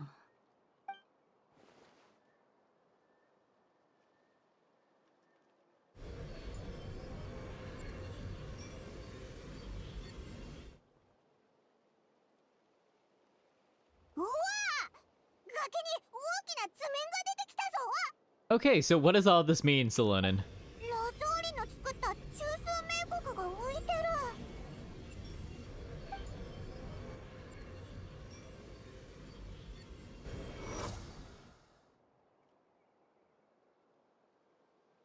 シロネン、調査は終わったのか？結果はどうだった？年素名国に異常はなかったよ。細かい調整もすべてコメイの製造技法によるものだった。 Wait, so you're saying that everything's normal, so that means... それじゃあオイラたちラゾーリとニエガの手伝いをしてもいいってこと Wait, か so was my gut feeling, like, wrong then? まあね。でもいい知らせと悪い知らせがある。あ、選べたかじゃなくて普通に両方教えるけど。いい知らせを聞き終わったら耳を塞ぐぜ。聞かなくても事実は変わらないけどね。それと話す前に旅人に一つ質問がある。 Go on. 記憶の抽出についてどう思う？ It somehow doesn't seem right. やっぱあんたもそう思う？それなら話が早い。前提の説明とか昔から苦手でさ。まず記憶の抽出には制御できない要素が多すぎる。技術的な観点から見れば明国の作動範囲はもっと広くできる可能性が高い。 Yeah, it feels like it can be even more devastating. おばちゃんの体は耐えられないだろうけど、協力者がいれば明国を使ってもっと大掛かりなこともできるはず。協力者ってなんかラゾーリが悪いことをしてるみたいに聞こえるぞ。 I mean, she's doing this without other people's consent and like putting on additional inscriptions onto like other people's like things that she's selling without telling them. She is committing a crime. ここからいい知らせね。燃焼明国は確かに犯罪にはうってつけの道具だけど、今んとこ協力者はいないっぽいし、明国の力を乱用してるってこともなさそう。つまり客観的に見て、燃焼明国を使った犯罪が存在するかは一旦結果待ちってってとこかな。 So, what's the bad news? で、悪い知らせは年少名国には看過できない問題があるってこと。前も言ったけど、古名は大霊の力を借りる装置なんだ。古名の所持者は大霊の力を使って地脈から情報を読み取ることができる。大霊は中継機みたいなもんで、古名の所持者が地脈に含まれる情報を感知するのを助けてるってわけ。大霊の力を借りないで他の道具も使わずに地脈から特定の物語を見つけようとするのは、 Finding a pin in a haystack. 大河の本流から特定のサイズの砂粒を拾おうとするのと同じこと。 So, before you're even able to retrieve the sand, you would most likely drown. そういうこと。そんなことになれば人は魂が抜けちゃったみたいになるか、気が狂ってずっとブツブツつぶやき続けるようになるか、どっちかだろうね。 So, it functions, but it's too dangerous, is what you're telling us. さて、おばちゃんが集めた記憶が地脈だとすれば、ニエガはその地脈で唯一米を持ってる人ってことになる。おばちゃんが何の道具も持たせずにニエガを記憶の大河に放り込むはずがない。そんなことをしたらあの子は膨大な記憶に流されちゃうからね。とはいえ、全ての記憶を失ったニエガはたとえ道具を使っても自力で正しい過去までたどり着けるはずない。 So, how's she gonna navigate through that? ニエガの過去をフィルタリングできるのはおばちゃんだけなの。だからうちは、おばちゃんが本当にしたかったことはニエガの大霊になって必要な時に記憶の抽出を手伝うことなんじゃないかと思う。 Wait, but if she takes that load onto herself, then that doesn't sound 理 good. 想的な状況なら別に何の問題もない。毎回正しい記憶を見つけられるってことさえ保証できれば、ニエガは過去を取り戻したも同然になる。おばちゃんはニエガのことなら何でも覚えてると思うから間違えることもないだろうしね。ただおばちゃんは大霊じゃない。あの体じゃもう長くは持たない。 I see. This is the problem that we can't ignore. そんなのどうやって解決すればいいんだよ。どんな方法を使ったってラゾーリは。 She's already made up her mind. We can't really stop her. 過去に立つ人々が未来に送る祝福。うちも決めた。おばちゃんに会いに行こう。 Let's go.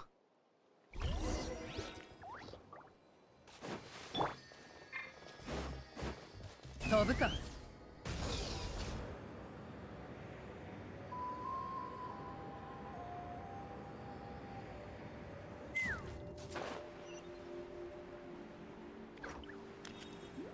All right, let's get in there.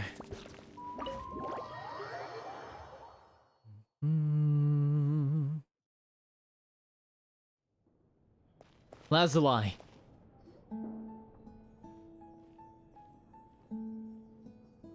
シロネン、もうどうするか決まったみたいね。うん。これはうちの研究をまとめたものだよ。中枢名国のコントロールを調整する参考になると思う。 Wait, so you're gonna help her? 年少名国の改造、うちも協力してあげる。でも代わりに全ての名国の管理と使用時の監督はうちがさせてもらうから。それと名国が汲み取れる記憶はニエガの過去に限定すること。期間についてはまた後で一緒に話し合おう。もし範囲を超える記憶の抽出が分かったら犯罪行為として見るよ。その時点で年少名国に関することは全て中止。あとデータベースの作成が終わったらすぐに年少名国の抽出機能を停止し出力機能のみにして。ええ、約束するわ。ありがとう、シロネン。本当に。おばちゃんも知ってるっしょ。うちってこういうのに弱いたちだって。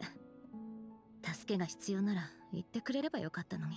I mean, if she is being genuine, then it's probably because she felt like she has to be the one to do this because she feels guilty for the whole ancient name debacle with Neshka. But if it's not, then she's hiding something deeper, maybe. 米を作る技術を無断で他のものに流用するのはあまり褒められたことじゃないでしょうから、私。まあ確かにそうだね。でもさ、助けを必要とする子供や失われそうになってる名前と比べたらそんなの大したことじゃないでしょ。すべて終わったら一緒にパカルのところに行って全部話そう。いい？ええ、ニエガのためならどんな罰でも受けるつもりよ。さーて、まずはテーブルを片付けよっか。とりあえずプランを立てないとだね。どうやってニエガに燃焼冥国をコントロールさせて記憶を抽出させるかじっくり考えないと。そういえばおばちゃん、あの本はニエガにもう渡した？いえ、まだよ。せっかくニエガのために用意してくれたプレゼントだもの。そんなあっさり渡したらもったいないじゃない？ So, should we give it to her? 綺麗な箱に入れておいたわ。誕生日当日のサプライズにしようと思って。ただの古い本だし、そこまでしなくても。Oh, oh, damn. That was a big crash. ニエゴがまた起きたのか？今回は随分と大きな音だな。まるで何かが床に落ちたみたいだったぞ。 Wait, actually, that sounded exactly like books falling over, right? Maybe she knocked something over. もしニエガが下敷きになってたら大変じゃないか。早く見に行こうぜ。おいら先に行ってるな。 Go, Paimon, go! Be the hero! ニエガ、大丈夫？白年お姉ちゃん？お前がニエガなんだな。 Are you? ニエガ、何度も言ったでしょ。ちゃんと休んでなさいって。昨日まで熱があったのよ。おはよう、ニエガ。おはよう、白年お姉ちゃん。 Wait, ありがとうね。 wait, you read it already? 何回も？でもさっき本は箱に入れたって言ってなかったか？きっとまた思い違いだわ。この子が読んだのはシロネンが送ったものじゃなくて私が買ったものよ。 Oh? 数日前、どうしてもその本が欲しいって言われてね。本には詳しくないけどダメ元で集落の中を探してみたの。 Oh, wait, is this how we figure out that, like, maybe she's lying? Because we have both versions, and the one we gave to crap, like the one that we're giving to her, specifically the old version, right? The one we're giving to Neshka, right? で、やっと一冊見つけたからそれを買ってこの子の部屋に置いといたのよ。けどその後ニエガが急に高熱を出して私も看病に追われてね。そしたら本のこともシロネンにプレゼントをねだったこともすっかり忘れてしまったみたい。おばちゃん、その本ってどっちのやつ？どっち？確か本を売ってくれた店主はハッピーエンドの方だって言ってたはずよ。今買えるのはそれしかないって。 So wait, so like, let's ask her which ending she read. 私のせいでモラを無駄遣いさせてしまったわね。 Because we got her そ the れど old ころ version. かサプライズも台無しに。いいって、たかが本だし。ニエガが喜んでくれてるならそれで十分だから。ニエガはまだオイラたちのことは知らないよな。オイラたちはパイモンお姉ちゃんに旅人お兄ちゃんでしょ。お母さんから聞いたよ。 Huh, she did she? オイラたちのことを知ってくれてたのか。 Hello, Neshka. 今日はなんだか体調良さそうじゃん。ずっと引きこもってたみたいだしさ。うちらがニエガを連れて近くを散歩でもしてこよっか、おばちゃん。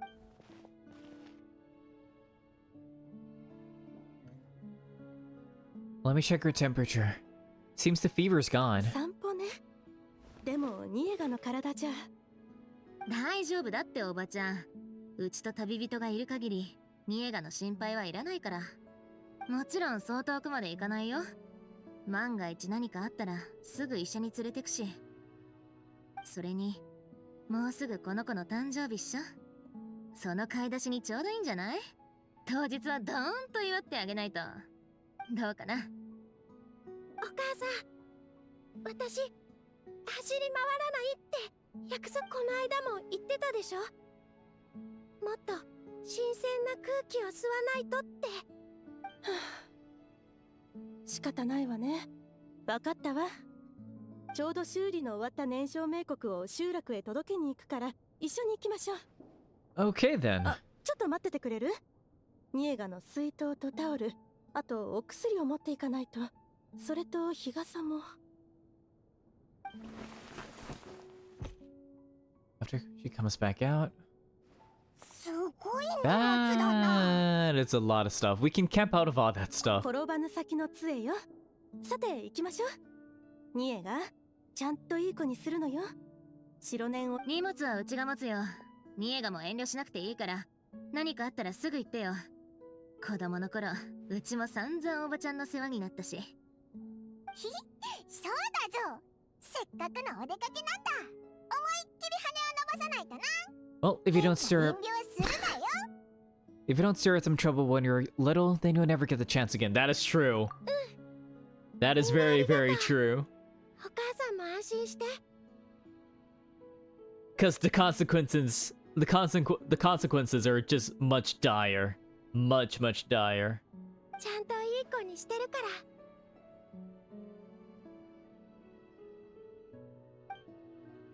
まずはイクナルのところに行きましょう。ずっと彼女の燃焼冥国を預かってたけど、やっと持ち主に返せるわ。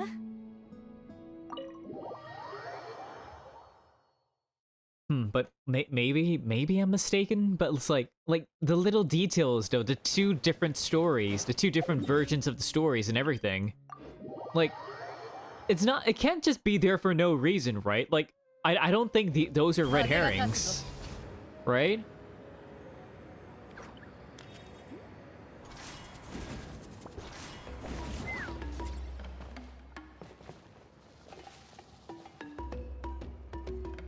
ラゾーリ、集落に来るなんてどうしたの？俺、ニエガちゃんまで来てるなんて順調に良くなってるみたいだね。お散歩ができるようになったんなら、もう少ししたらチャニルたちとも一緒に遊べるんじゃない？そうなるといいわね。今日はこれを持ってきたの。はい、修理を頼まれてた冥国よ。わざわざ届けに来てくれたの？ありがとう。あ、そうだ、この間いい鉱石を見つけたから、ニエガちゃんに綺麗なアクセサリーでも作ってあげて。 Now we were super 確 cute. かキラキラする指輪を見るたび喜んでたよね。でしょ、ニエガちゃん。きっと喜ぶわ。ありがとう。気にしないで。 She's not letting her respond. But it could also just be the thing of like she doesn't have any memories of her time in a tribe, right? So, アクセサリー作りはうちに任せて。ニエガ、どんなデザインがいい？エンバーコーフラワーがいいと思うわ。この子エンバーコーフラワーの形のコメが欲しいって前からずっと言ってたから。it's kind of toxic. You're not letting her like speak. You're like speaking for her. Like, yeah, like that was what she liked before. But if she really has lost her memories, then wouldn't it be better for her to just like discover new things? オッケー。じゃあ来年の誕生日プレゼントはこれで決まり。あ、ごめんニエガ。これじゃサプライズ感がなくなっちゃうか。大丈夫だよ。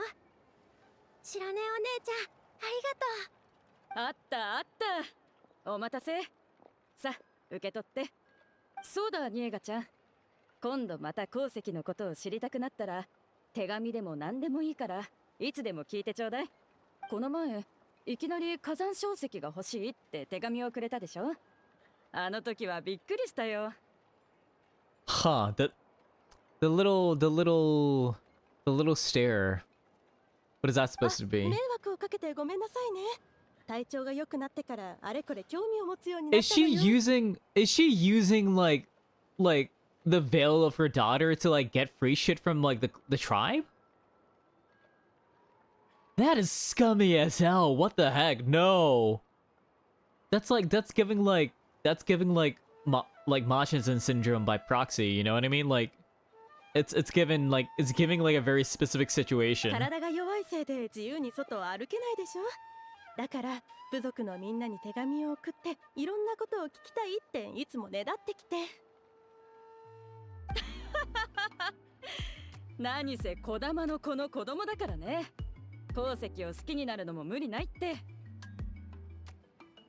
And does Xilonen like walk in between to kind of block the gaze? なんだかいい感じだな。ひひ。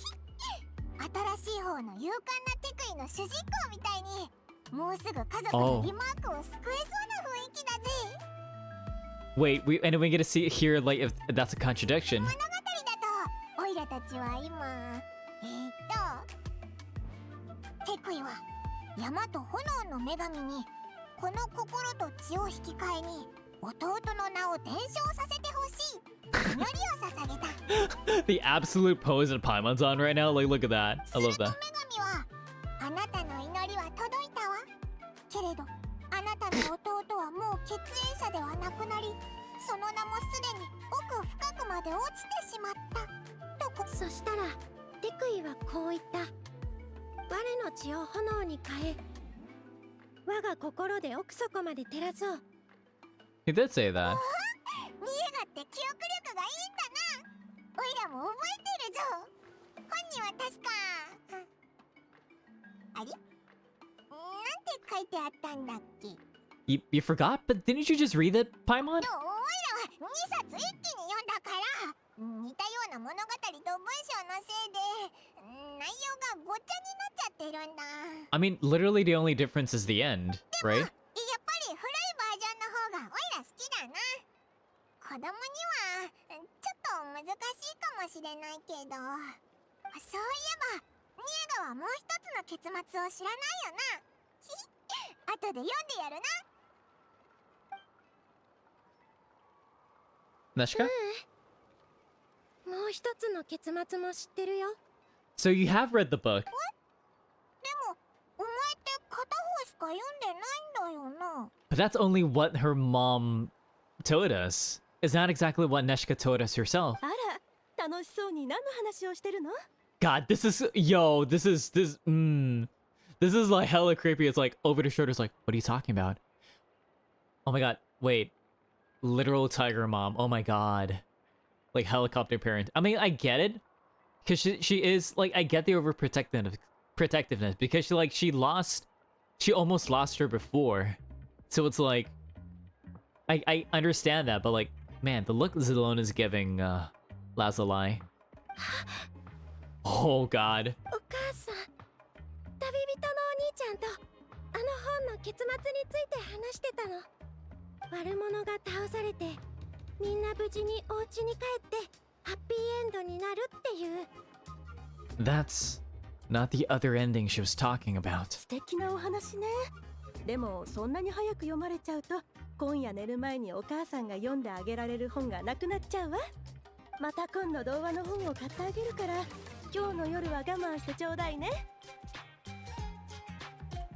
った、お母さん。 So how's the ore? なかなか上物だよ。来年のニエガの誕生日には丈夫で綺麗なアクセサリーをあげれそう。でも今は今度やる誕生日会の方を優先しないとね。だ、次はどこ行くの、おばちゃん。次はアポパロンのところね。すぐそこよ。おいでニエガ、あんまり離れないようにね。うん、お母さん。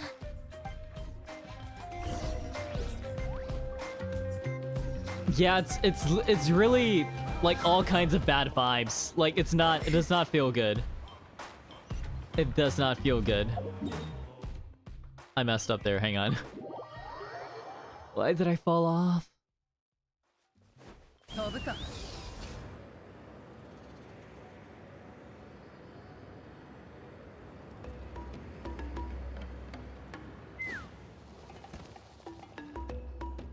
今日はやけに蝶を見るな。どうなってんだ。それは幸運の兆しよ、アポパロン。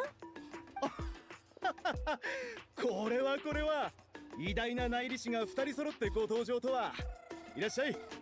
ラゾーリ、今日は何を買うんだ。いつも通り割引するぜ。 You usually give her discounts? Alright. いきなり割引してもらえるなんて。ラゾーリって人望があるんだな。内裏士として部族のために尽力してくれたからな。割引くらい当然さ。いつもありがとう。はい、あなたの燃焼冥国よ。治ったから持ってきたの。おじさんにお礼を言ってちょうだい。ニエ。おじさんありがとう。ひょっとしてニエガちゃんか？ラゾーリから写真を見せてもらったことがあるよ。You've never met her in person? 元気そうでよかった。よし、店にあるものを何でも一つ選んでくれ。おじさんからのプレゼントだ。ありがとう。でも大丈夫だよ。もうたくさんのものをもらったってお母さんに聞いたから。あれは君の家に送ったものさ。君自身にはまだプレゼントしたことないだろ。あ、もしかして照れてるのか？ならお母さんに代わりに選んでもらったらいい。I don't think her mom's gonna give her the chance of choosing herself, you おば know? ちゃん、せっかくだし選んであげたら？アポパロンが作るドリルと小型ピンセットってどれも質がいいしサイズも正確なんだよ。それにめっちゃ頑丈だし、休養の時はうちもここで買ってんだ。そうだ、子供用のハサミはまだ残ってる？いくつか種類があったでしょ？ああ、まだ少しあるぞ。裏に置いてあるから欲しいなら持ってくるぜ。手間かけちゃうし、それなら直接裏に行って見てくるよ。おばちゃんも行こう。そう時間。でもそういうのには詳しくないし。シロね、あなた一人でも。Oh, wait. Is Luna like giving us an opportunity? Like she's taking her away so that Neshka can talk to us in confidence. ハサミの模様とか種類とかいろいろあるし、一緒に来てよ。ニエガが一番好きそうなものを選べる自信がなくてさ。ね、すぐ終わるから。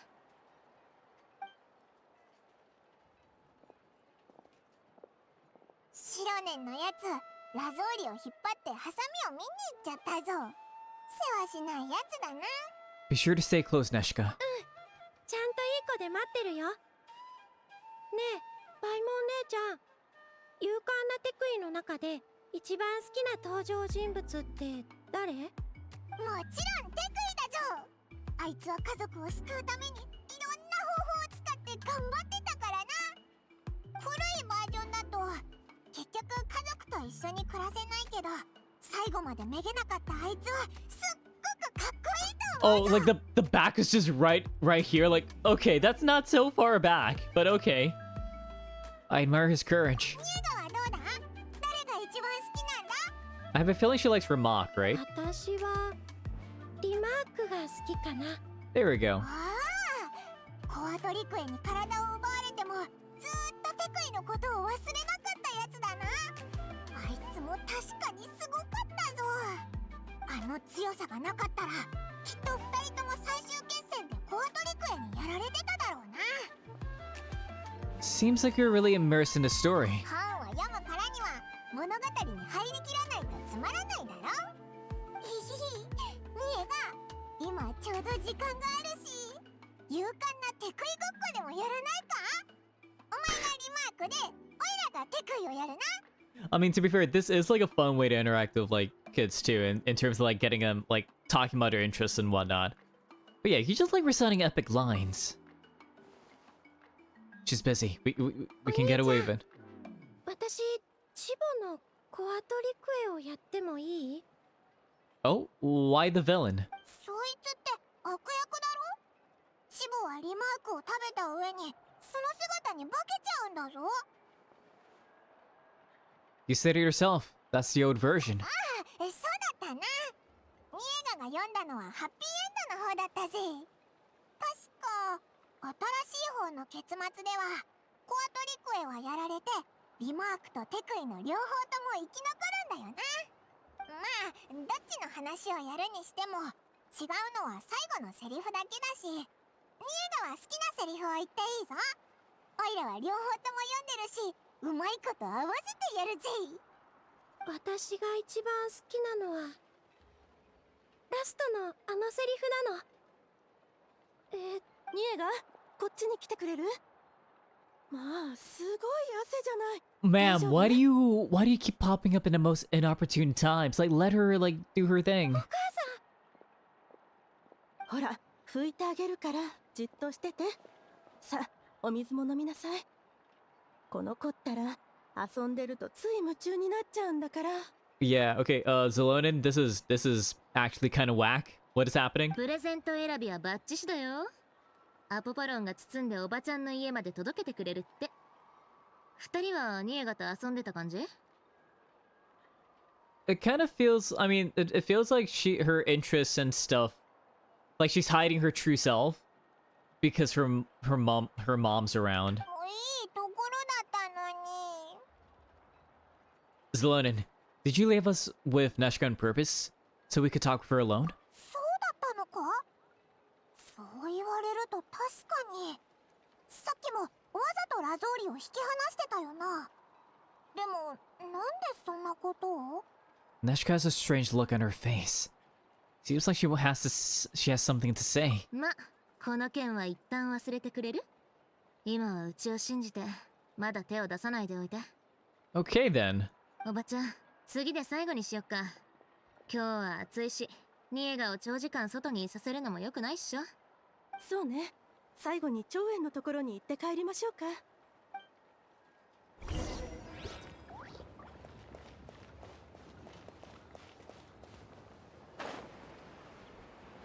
Oh, there she is. Okay. 長園、燃焼冥国を直したわよ。特別に補強もしてあるから、もうそう簡単に壊れたりしないわ。助かったよ。あの火山硝石はどうだった？使えそう？ええ、十分よ。礼なんていいって。ニエガちゃんが元気になってくれたらそれでいいから。 Well, she's right here. あ Apparently. りがとう。長園お姉ちゃん。まったく親子揃って律儀なことで。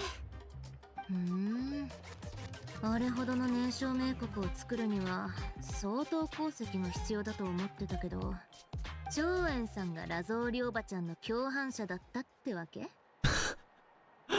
The moment she said accomplice, just like the music just stops. All right. シロネン？Alrighty. うちらもあんたと同じ。 Wait, so she's in on the ancient name plan? Okay. We're all doing our best for Neshka. ヒヤッとしたよ。チクられるのかと思った。もしパカルに知られでもしたら大変だろ？ I mean, I feel like he is gonna find out eventually, regardless. ただ、正直なところ、もう隠しきれそうにないんだよね。しょっちゅう遠出してるし、鉱石のストックも急激に減ってるから。前にパカルにも聞かれたんだ。その時は新しいアクセサリーを考えてるせいで鉱石を大量に使ってるとしか言えなくってさ。遠出する時は新しい鉱脈を見つけたから宝石を採掘しに行ってるってごまかしてる。おっと、ごめん長々と。さ、入ってちょうだい。ええ、少しだけ休ませてもらうわ。長園お姉ちゃん、あそこのアクセサリーを見ててもいい？イミッシュのところにあるやつ？いいよ。でもあんま日に当たらないようにね。Away from your mother, I see. なあ、ニエガと一緒に見に行こうぜ。ナタのアクセサリーをじっくり見たことなかっただろ？ I'll have to buy you some. If the price is good, we could buy you a whole set. 本当か？それならよーく吟味しないと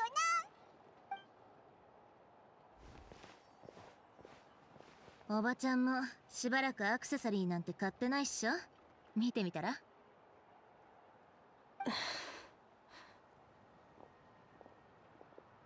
Xilonen is taking Lazuli with her again.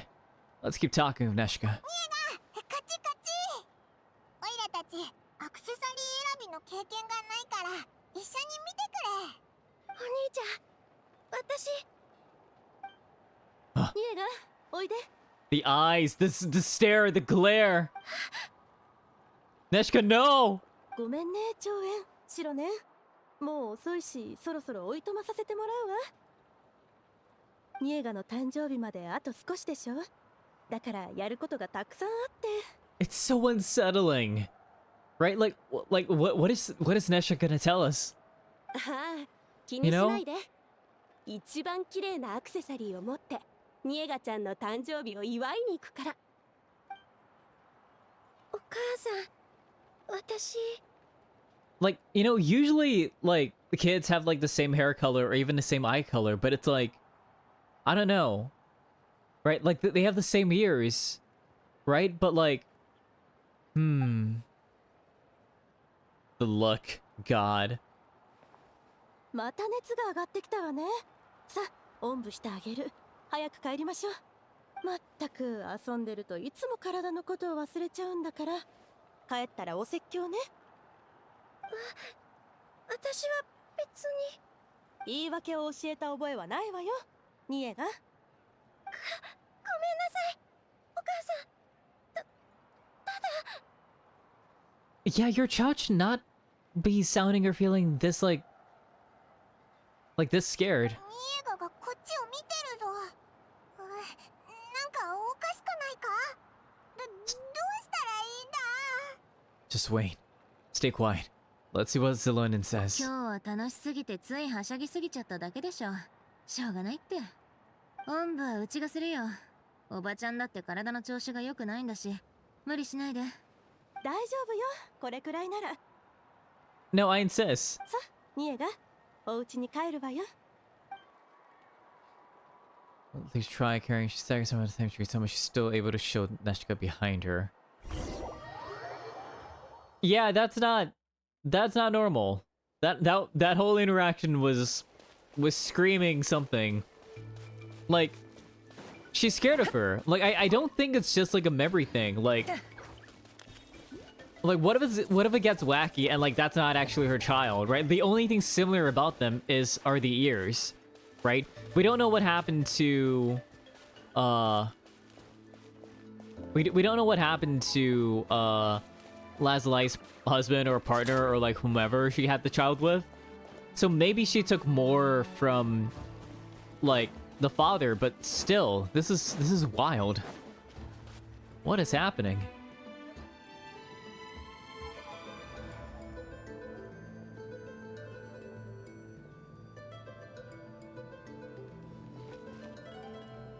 今日は私たち親子に長いこと付き合ってくれてありがとう。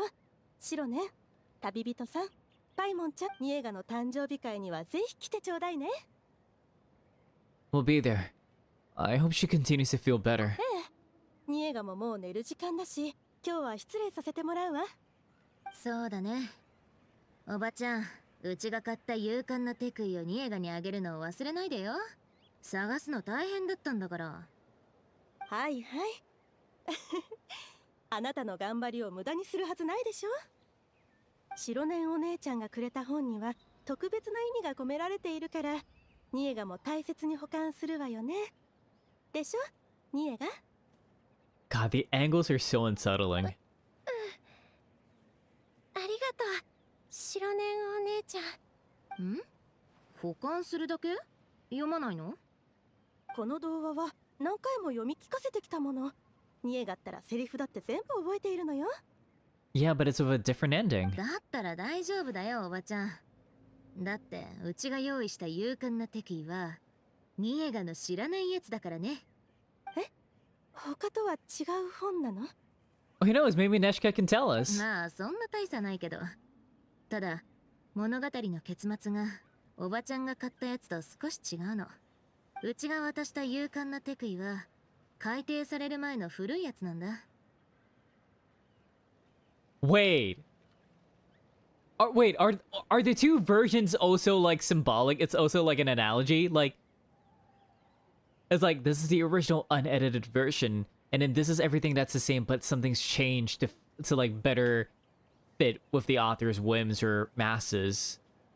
So like, you know, where like this Neshika is currently unedited original, like she lost her memories, but like, you know, she's still like alive and living and is able to have like still have her own opinions and stuff, versus like us editing what is already there and making it like molding her to what we want, like what her mother wants her to be. 出版されたのはニエガが病気になるよりずっと前。シロね、いつからそんなに童話に興味を持つようになったの？別に、うちはただ疑問に思っただけ。もしおばちゃんの言うニエガの症状、つまり病気になる前のことを何も思い出せないってのが本当なら。 But she didn't read the version that she didn't read the book that Xilonen got her, but she knows the ending of the original story. 古いバージョンの勇敢なテクイの結末もニエガが忘れてしまう過去の範囲に含まれてるってことでしょ。 Yeah, and she said that she knows like the ending. 言い換えれば、もしニエガが古いバージョンを病気になってから読んでなければ、もちろんその結末も知るはずがない。 Is this actually Neshka? ちょっとわからないのだけれど、たかだか物語の結末にどうしてそう引っかかっているの？ It proves that that's not your child. 何が証明されるのかしら。私の知らないところでニエガがこっそり抜け出してどこかで古いバージョンを読んだ可能性もあるでしょ。 Yeah, but with how like observant and like helicopter parenting you are, you would never let that happen. だね。その可能性は否定しないよ。病気になった後のことはニエガも覚えてられるし。じゃあ聞きに行こっか。集落のみんなにニエガが自分のところに来たかどうかを。 To cross-reference and to see if what you're saying is actually true and う objective. ちらの部族で本を売ってる店なんて指で数えるほどしかないでしょ。それかどこで読んだかをニエが本人に聞くのでもいいけど。集落の人は冥国を持っているし、もしかしたらそれに関する記憶も。 But you didn't activate the central inscription. つうことは年少冥国がここ最近のみんなの記憶に影響を与えたってことだよね。 You got trapped, you got caught. おばちゃん、前にも言ったっしょ。そういうことをしたら犯罪行為として見る。その時点で年少冥国に関することは全て中止だって。家に他にも本があるのよ、きっと。 No, you already said that you bought the newest version. In fact, you didn't know that there was an alternate, like an alternate そ version. の血を焼き尽くしたくはない。しかし、君の心を見た。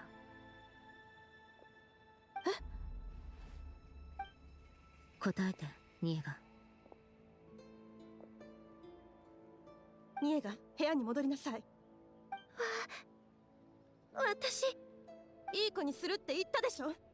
ニエガ、手紙を出したのはあんたで、うちに本をねだったのもあんた。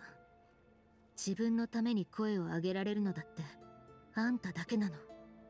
さあ、話したいことがあるなら聞くよ。この名を刻みつけてくれ、兄さん。僕を覚えている限り離れることはない。 So you know, you're not Neshka, are you? 黙りなさい。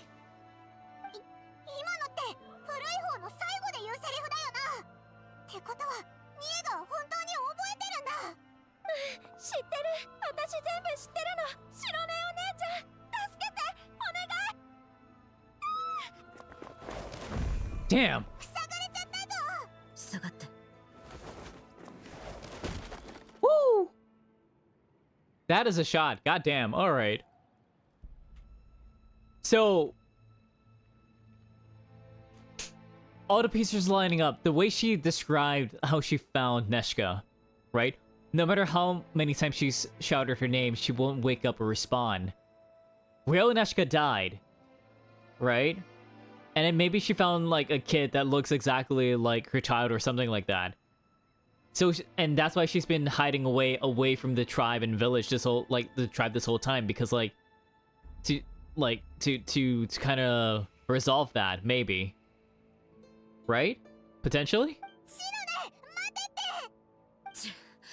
地下の道も塞がれちゃってる。罠があるかもしれないから入らないで。 Wait, this is Neshka's bedroom. うわ、ニエガの部屋の壁に何か貼ってあるぞ。 Wasn't this like the inscription? おばちゃんが予備で作った冥国っぽいね。全部ここにあるみたい。 Someone here. Where did they go? 孔明を完成させるために彼女が行く場所はあそこしかない。行くよ。ついてきて。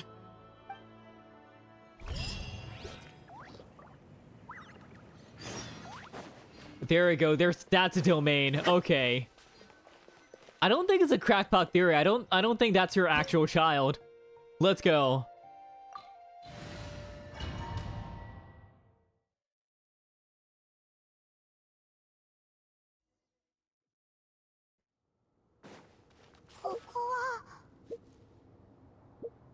And let's see, we got C3 right. Yeah, we do.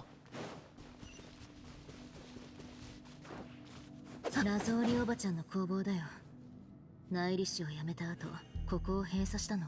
どうやら部族のみんなが騙されてたみたいだね。Her workshop is this big? What the hell? Okay.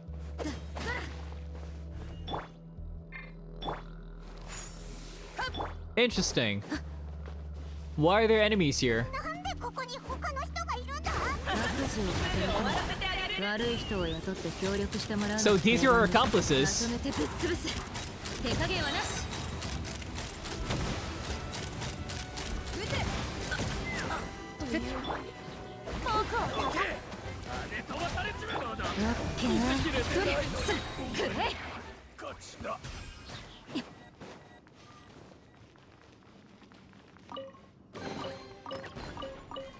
Okay.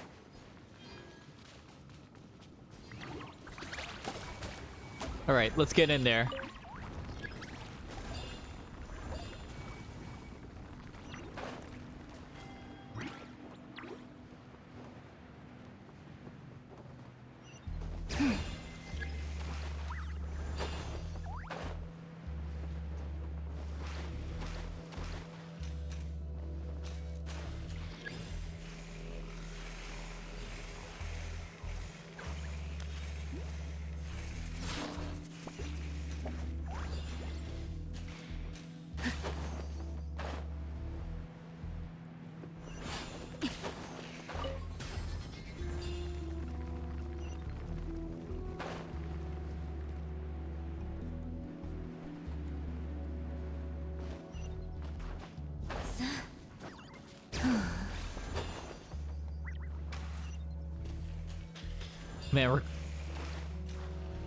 Man, I kind of love these traversal puzzles.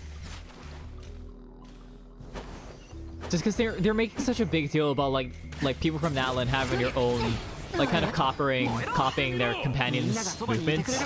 This is just really fun for me. So I'm betting like Chesca's one has to do with like flying, among other things, right? Or like the little, like either flying or like going through the rings and stuff, right? Did I just try to like dive into lava? What the hell? That is not bueno.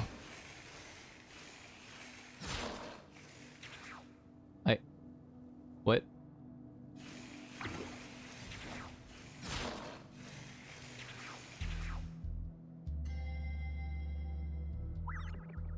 Am I not able to like...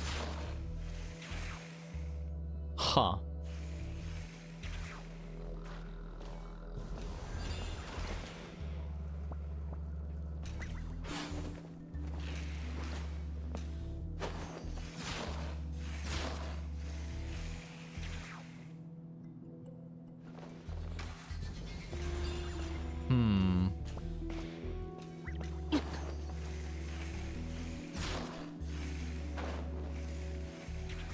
There we go. I don't know why I was stuck there, but yeah.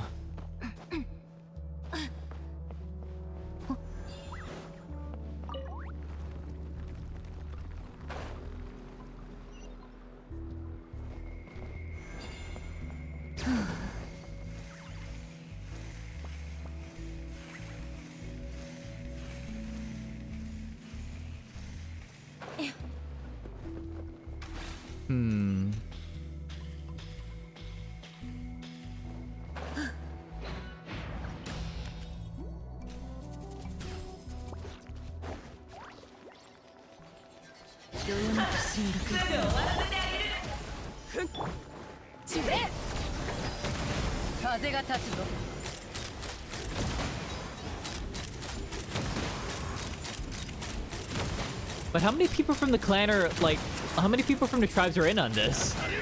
This is kind of wild.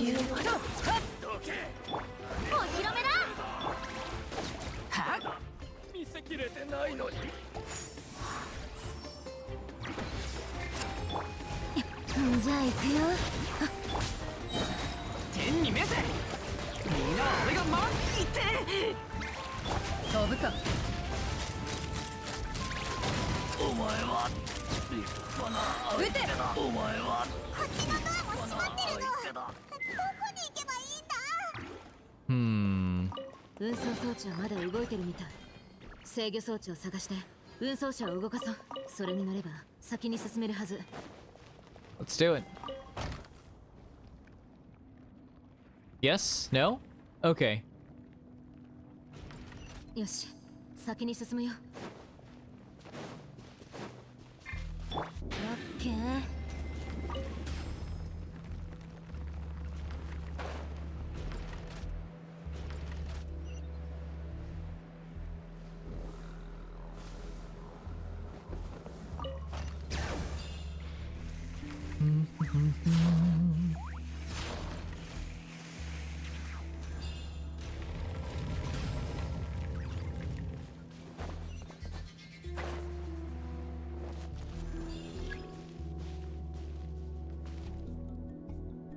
I see. Okay.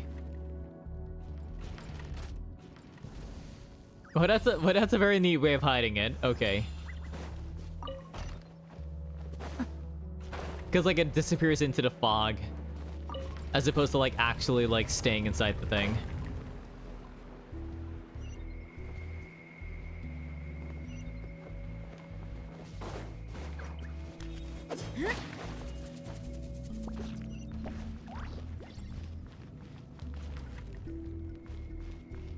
How big is her workshop? This is crazy.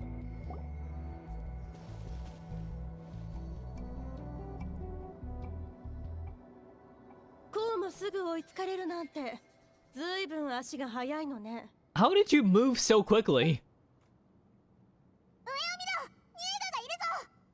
つ何するつもりだ？ Look at all the Blaze Gem 私 inscriptions. は嘘なんかついていないわ。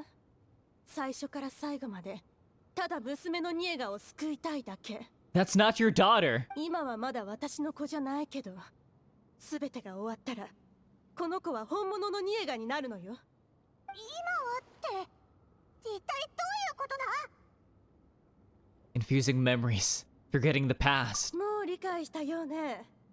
そう。私がやろうとしているのは、記憶を利用してニエガを蘇らせること。あの子は八神の国に長く居すぎた。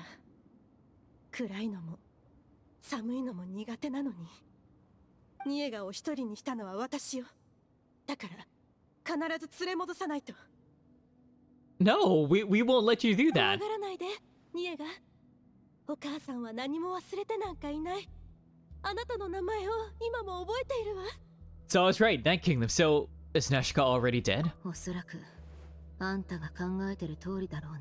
When did you figure it out, Xilonen? じゃあ上で横になってるのは誰なんだ？同じ集落の子よ。この子の両親は以前のアビスの侵攻で命を落としたの。でも偶然、この子の誕生日は私のニエガと同じだった。 So you're delusional enough. You're not delusional enough to not know that this isn't your daughter, but you're delusional enough to do this. こ Okay. の子を引き取ってずっと面倒を見てきた。そうすれば少しは楽になると思ってね。初めてお母さんと呼んでくれた時、すごく嬉しかったわ。けど急に怖くなったの。この子は本当に私の子。私の子の名前はニエガ以外にいない。 Okay, this is unsettling, but I really like what you're doing with the emotion system. It's so ど good. うして嬉しいと思ったのかしら。私のニエガはまだお母さんを待っているのに、私が連れ戻してくれるのを言ったはずよ。ニエガを連れ戻すためなら私は全てを捧げても構わないって。 You're basically committing murder, 今こ bro. そ全てを捧げる時なの。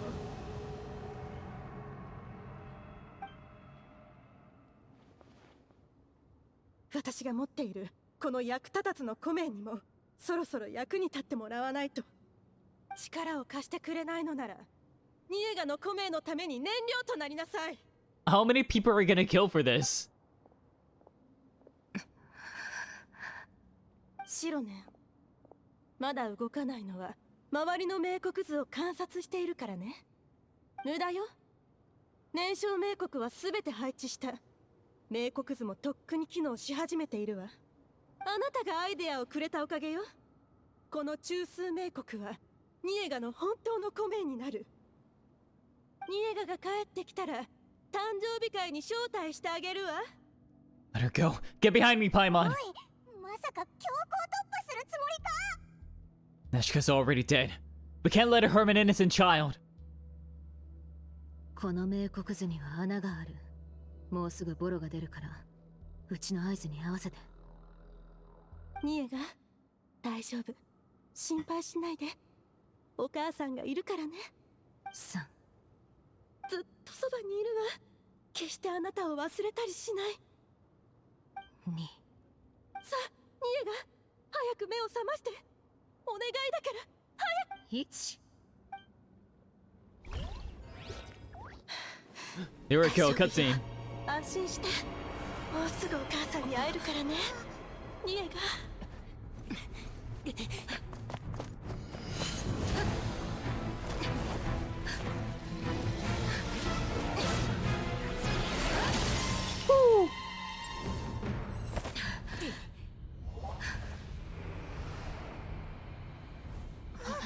近づいちゃダメ。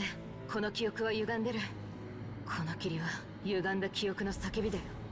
触れたら支配されて二度と自分を取り戻せなくなる。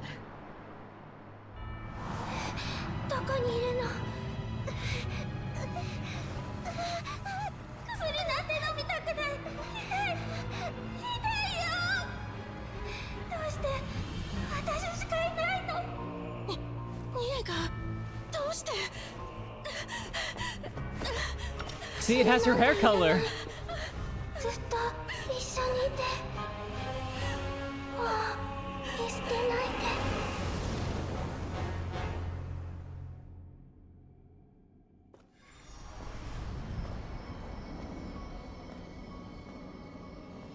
で。ラゾーリ、あんたはその手でニエガという名を全てを束縛する檻にした。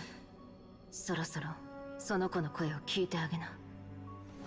泥まみれの水石、こだまするテペトル、集い塵、燃え尽き、よみがえり死ぬ。神聖の炎のために黎明の一角を見せよ。お母さんが一緒にいるからニエガ、ずっと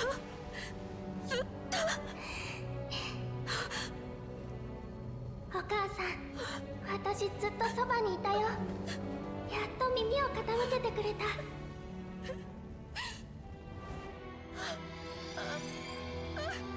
古き枝に息く新芽、生いし花を守る若葉、巡りし万象、共に大地へ帰らん。知り合って随分経つのに会うのは初めてだね。あなたがニエガなの？うん。あなたの名前は？私はニペカ。素敵な名前だね。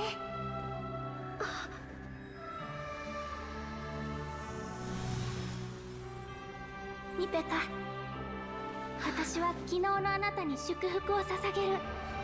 これからの明日が何の憂いもなく幸福であらんことを。 Okay, all right. Damn. We talked to the ghost child and he all right. Okay, all right. We saved everyone. We healed them. Okay, we need to rest her though. ニエガがいたわ。私と会話もしたのにどこへ行ったの？ねえ、ニエガ、どこにいるの？聞こえたら返事してちょうだい。お願いだから。シロね、あなたも見たでしょ、私のニエガを。この手で触れて抱きしめることもできた。方法は間違ってなかったのよ。ええ、そう。Yeah, but あの灰色の影も何か些細な誤差に過ぎないはず。う一度やれば、そうもう一度やればニエガはきっと。 But your daughter doesn't want that. おばちゃん、まだ気づいてないの？気づく？何に？何も間違ってなんかいないわ。何も。あの子は私のことを怒っていて無視しているだけよ。あの子は昔からわがままだったから。ええ、それくらい仕方ないわ。おばちゃん、いい加減にして。年少冥国で呼び出したのは本物のニエガじゃなかった。おばちゃんはみんなからニエガに関する思い出をたくさん集めたけど、一つ忘れてる。集めた記憶の中には本物の思い出以外にも無数の感情が混じってるってことに気づかなかった。みんなが重病のニエガのお見舞いに来た時、どんな感情を抱いてたか。死に瀕した子供の手を握りながら、ニエガの弱々しい呼吸、絶望に満ちた目、そして徐々に下がっていく体温を見た人々は、悲しみと痛み以外に何を感じると思う？私はそういった感情まで。その感情はすべてあんたの手によって年少冥国に取り込まれ、実在する過去となったの。さっき灰色の人影がいくつか現れたでしょ。あれは過去を映した姿。彼女たちはニエガの最後を繰り返すことしかできない存在なの。So she was complaining about the medicine. 逆に本物のニエガが伝えようとした言葉は、どれも歪んだ悲しみによって上書きされてしまった。I mean, okay, like Xilonen, you said that ancient names don't like give like additional power or strength, but like what you just did, I would still call that a superpower. Like what the heck? You purified it. そんなつもりなかったの。私はただニエガのことを記憶に刻んで、あの子にもう一度会おうと。ニエガはずっとおばちゃんのそばにいたんだよ。おばちゃんに役に立たないって言われたコメイはずっと前から全てを記録してた。あらゆる手を尽くし、何もかもを投げ出してまで娘を救おうとしたのは紛れもない事実。自分のコメイの意味を忘れたわけじゃないよね。What does it mean though? 私のコメイはウンドゥグ。Literally family? そのコメイはあんたとニエガの間にある揺るぎない家族愛を刻み続けていた。それなのにあんたはそれを見て見ぬふりしてきたの。名前とは過去から未来への祝福。これおばちゃんが教えてくれた言葉だよね。ニエガに名前をつけて最初の祝福を送ったのはおばちゃん。けど今その人は自分の手でニエガの名を檻に変え、罪のない子供を、そして自分をも閉じ込めた。 Wait, so like all the time she was giving like medicine to Nepica or Nepicha, was she just like drugging her? And that's why she was like sleeping all the time and like another among like other things? ニエガは私のすべてよ。あの子がいない未来なんて考えられないわ。祝福はニエガがいなくなってからは一度も感じられなくなった。私の手を握りながら痛いから抱きしめてとお願いするあの子の夢ばかり見るの。けどね、何も見えない。ニエガを抱きしめられないのよ。目が覚めるまでずっとただ名前を呼び続けるだけ。 A single teardrop. 毎日毎日自分のことを憎み、コメイのことを憎んだわ。あの子ももしかしたら。ニエガも自分のことを憎んでるって思うの。おばちゃん、ニエガが最後に残した言葉、本当の遺言を覚えてる？それは祝福を感じられないのは本物の過去を忘れたからだよ。おばちゃんはただ自分が想像した記憶に使って現実逃避してるだけ。過去をなくした名前は根のない枯れ木に過ぎない。朽ちる以外に未来はないの。これでおしまい。おばちゃん、これで全部終わりだよ。 I'm sorry, but we gotta turn you into Pakal. ゆっくりで大丈夫だぞ。なんなら横になった方がいいんじゃないか。 Yeah, like, you good, Nepacha? ここで横になるのは良くないか。シロネ、ニエが、ニペカはもう立てるみたいだ。すぐそっちに行くから待っててくれ。 Let me help you. ありがとうパイモお姉ちゃん、旅人お兄ちゃん。私なら平気だよ。ニエガお姉ちゃんが助けてくれたおかげでもうそんなに苦しくなくなったの。へえ、よかった。もし本当にニエガになっちゃったらこの物語も勇敢なテクイと同じになっちゃうからね。ここでおしゃべりするのもあれだし、場所を変えよっか。ラゾーリはどうするんだ？ I don't know if we're gonna leave her here or we're gonna tell the authorities to be like, hey, she was pulling some really, like, crazy and a little bit heinous shit. She kidnapped the child. Well, I don't know if she kidnapped or, like, she adopted her because she lost her parents basically at the same time, right? I don't know, like, she adopted her and then, like, it's only recently where she started getting delusions, or if she just, like, kidnapped this, like, she kidnapped this child and then was, like, drugging her this whole time. 安心して。おばちゃんはもう危険な真似なんてしないから。 It's all over. Leave the workshop. Okay, let's see what's going on, shall we?「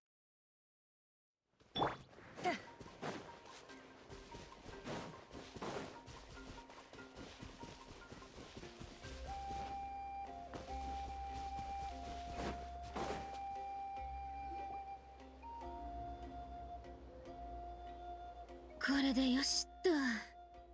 おばちゃんは鍵をかけた部屋の中でぐるぐる巻きにしといたよ。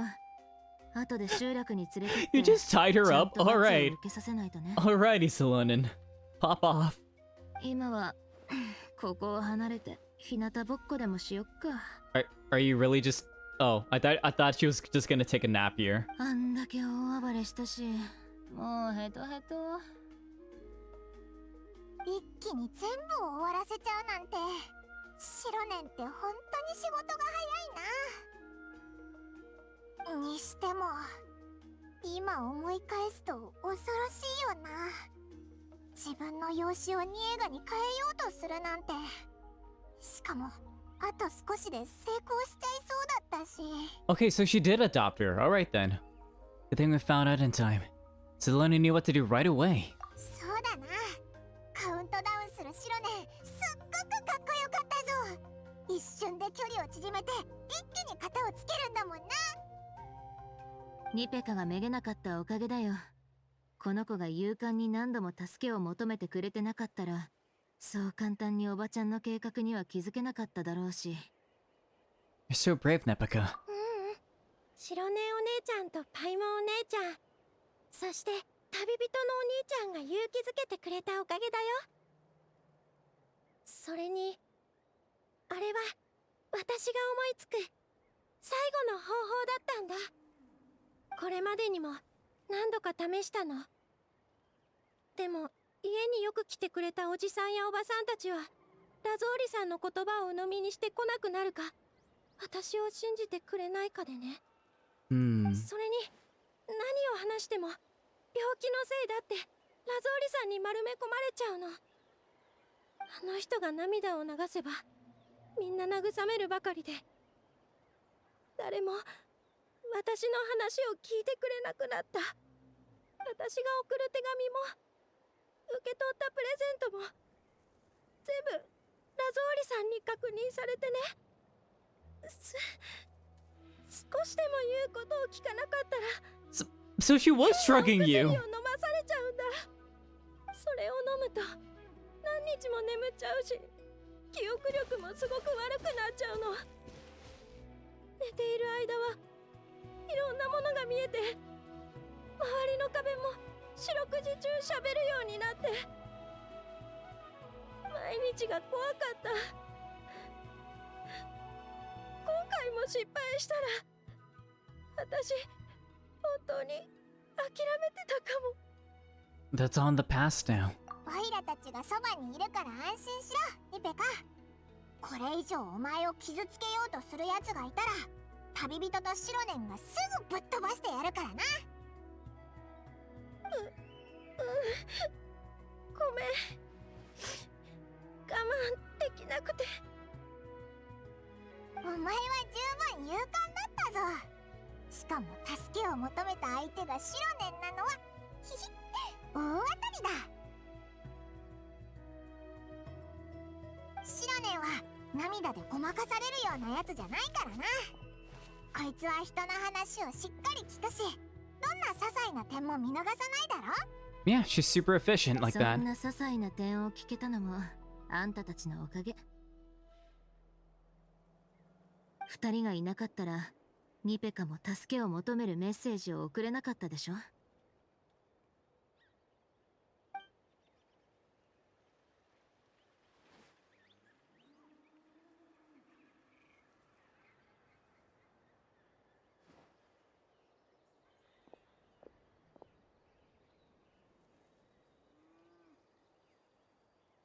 もしうちが声をかけに行ってたら、きっとラゾーリおばちゃんは警戒してこの子をまた部屋に閉じ込めてただろうし。ヒヒ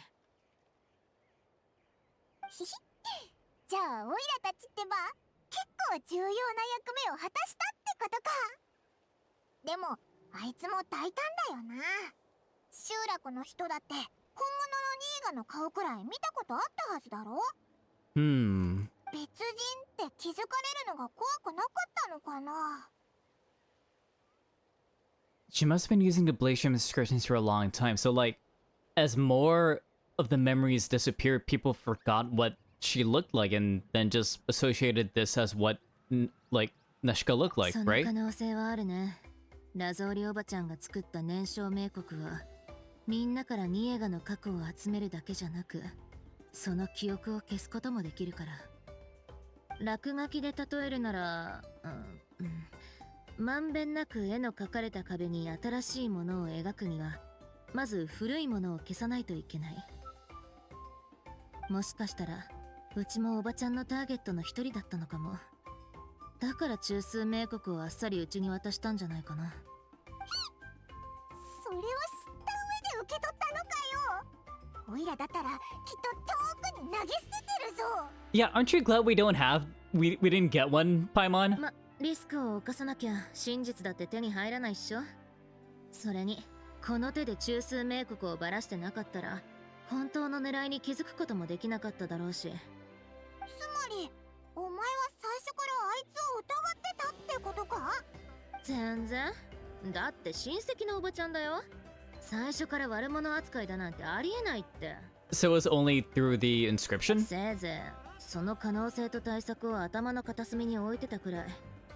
結局最悪の結末になっちゃったけどね。でも苦しんでた子供を助けられたし、結果オーライってとこかな。さーて、祝勝会の健闘をたたえ合うコーナーは終了。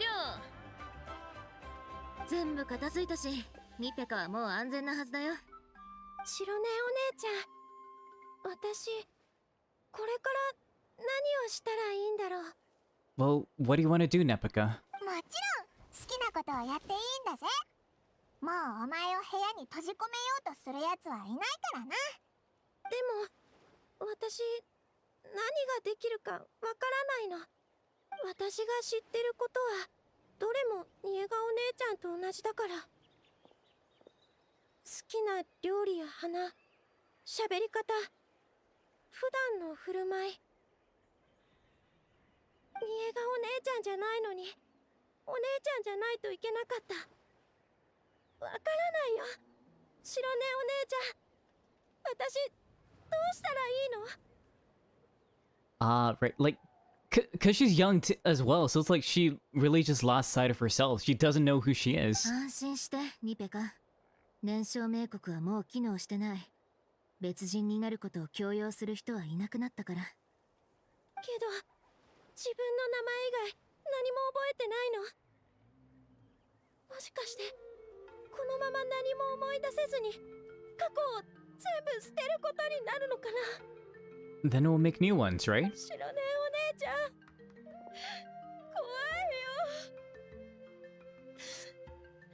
どうしたらいいの？泣かないで、ニペカ。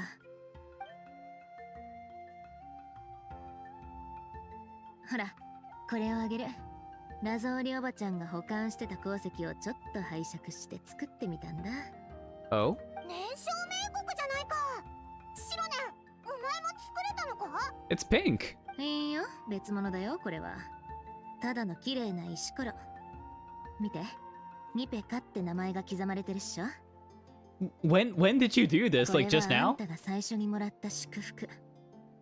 あんたを愛する二人からの心のこもったプレゼント。これがニペカを守ってずっとそばにいてくれる。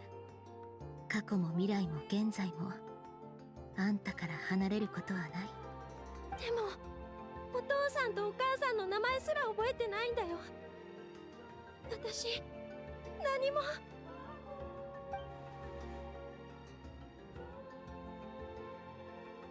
Xilonen? Oh, wait. 何もかも元通りになるだなんて大口は叩かないよ。あんたを待ってる未来がどんなものなのかうちにもわかんないし。けど一つ言えることは、この先どんなことがあってもその名前だけは消えたりしないってこと。これは一人の内裏師からあんたに送る祝福だよ。ニペカ、あんたはこれからゆっくり成長してく。苗木がすくすくと伸び、鳥が空をいつも羽ばたくようにね。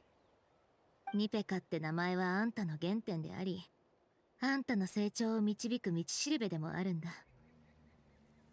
自分の名前、そして経験したすべてを胸に刻むの。そうすればきっと未来に向かってどう進めばいいかわかるはずだから。Yeah, and you'll be there to guide her, right? Maybe? 頑張っ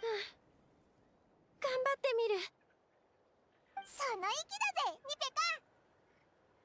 カ。 We'll always be with you. ありがとう、白根お姉ちゃん、パイモお姉ちゃん、旅人お兄ちゃん。まあどうしてもやりたいことが思いつかなくても大丈夫だよ。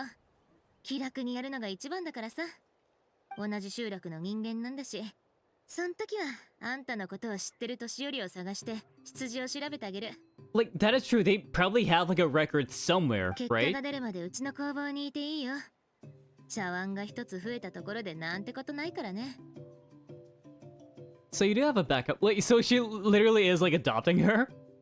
Do you think you can find anything about her? まあうまくいくかわからないし、誰に聞けばいいかの見当もついてないけどね。Like, would Pakel know? そういう運任せの方法を当てにするなら、まずは自分の力で地道に頑張ってみてからの方がいいっしょ。まあそう深く考えないでやってこ。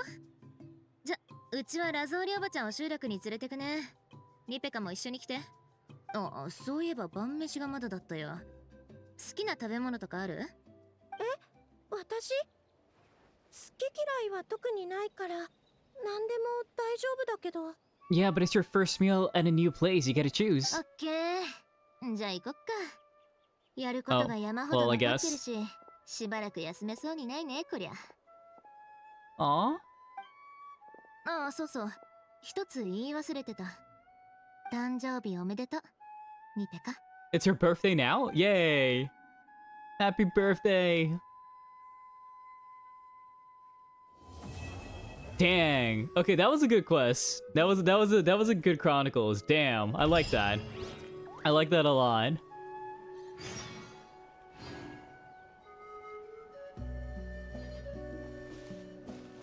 Yeah. That was so good. What the heck?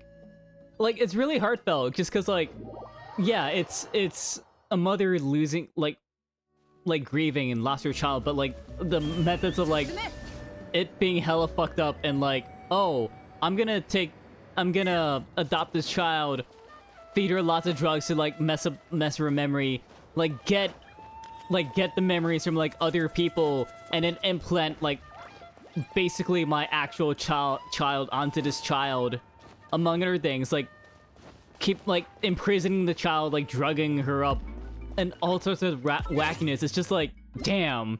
I was not expecting this from Genshin, but goddamn. All right. At least for like the Tribal Chronicles, but holy shit. I mean, to be fair, like with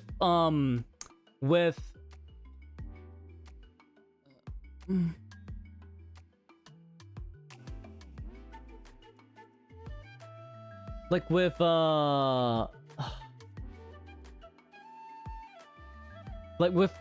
Kanisha's Tribal Chronicle, right? It did get dark because it's like the father lost, like, not the father. Yeah, the father like thought like he lost his partner and then like really wanted to kill the guardian and whatnot. And then he tried. He almost like got blown up too, but like, you know, no one died in that Chronicles. They just thought they did.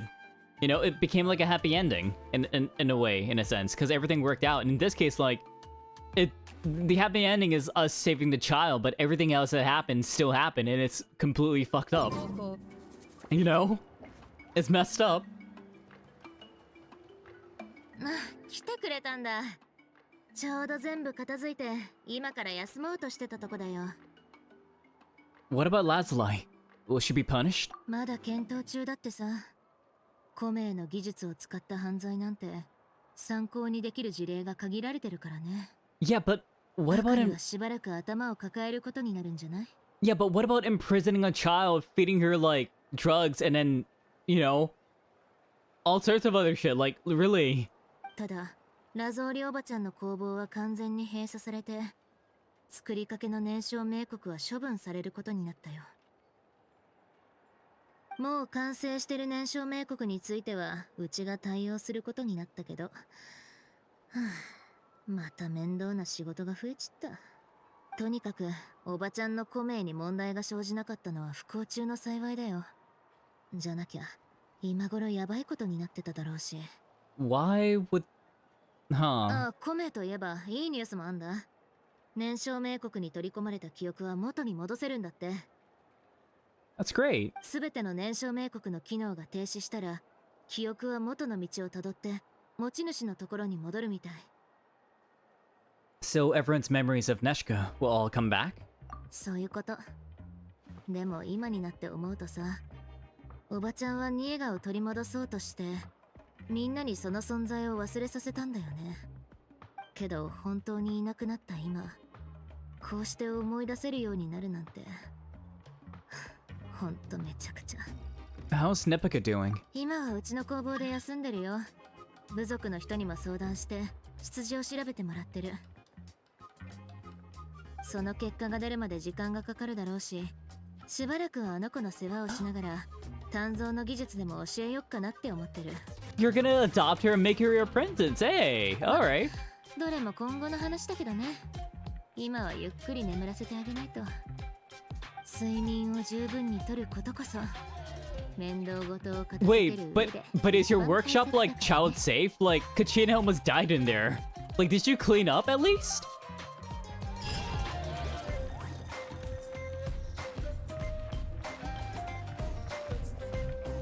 Like, it would be kind of cool if we could see... Like, if we could see, like, Nepika just chilling outside here, you know? But, Okay, and that honestly took way longer than I expected. I really wanted to, Damn. I really wanted to finish up, Chasca's Tribal Chronicles today, but I feel like, you know, it is getting pretty late for me. It's almost 4 a.m. for me. Yeah. So I think I'm gonna call it here. So thank you so much for stopping by. Really appreciate it. If you have the rest of the day going for you, please have a very wonderful rest of your day. If you need to rest and decompress and go to bed like I do, then toyasumi to you. Good night. Yeah, this Tribal Chronicle, I was not expecting like I was expecting like something shifty. I was expecting like, you know, obviously Lazuli was hiding something, right? They made that pretty obvious, but like I was not expecting it to go in that direction. That caught me off guard. So I was like, damn. Um yeah, I don't know. Like I I felt like it was really good because like a lot of the threads, you know, like a lot of the clues and threads that I was thinking of, like kind of like came back. I mean, like it got, you know, like it served a purpose, especially like the two different versions of the books and whatnot as well. Like it all made sense and it tied up really nicely. And I like the fact that like, you know, the suffering did happen, right? Like we can't change that, but we still managed to save her and still managed to make things better by saving her. So I think that was really cool. That was actually really good. But yeah, let me see. Do we want to rate someone or I'm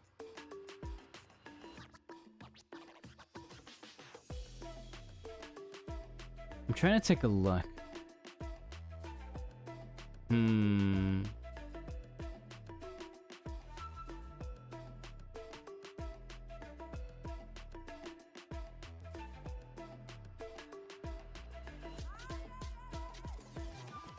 Let's see here.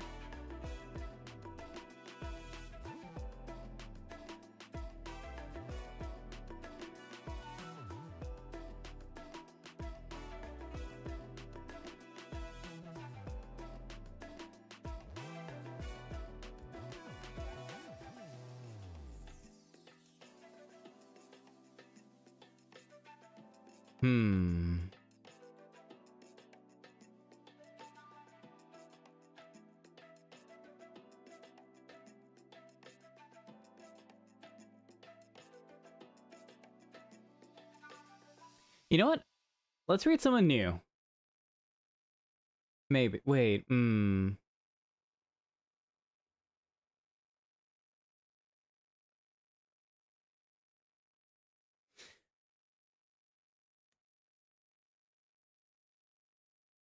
I say that, but I'm almost like, I don't know.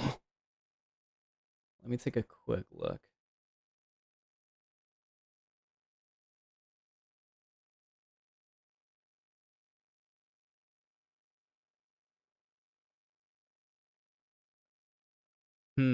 Okay. I'll just pull out my raid messages first. Message, raid alt, and raid sub. E.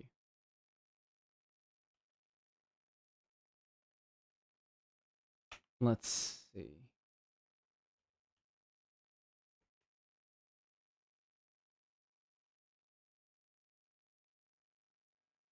Because I'm trying to find like some when it's doing Genshin as well.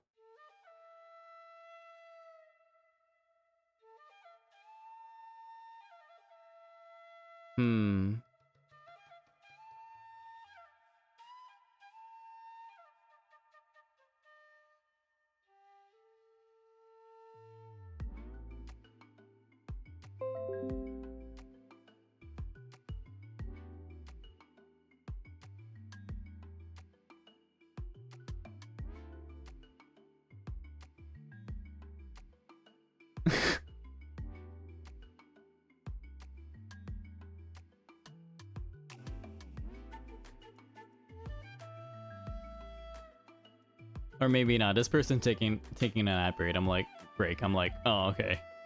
That's taking a while.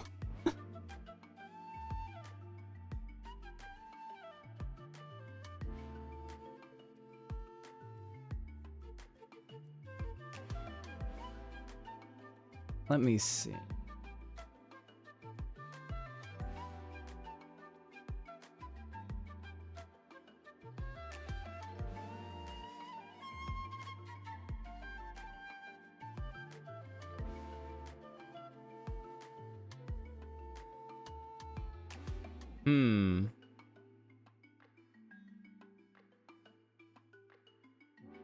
This is taking longer than I expected. Damn. All right.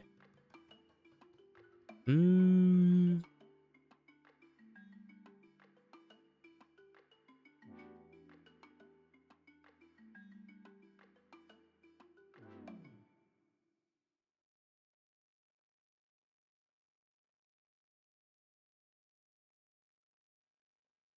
You know what? Why not?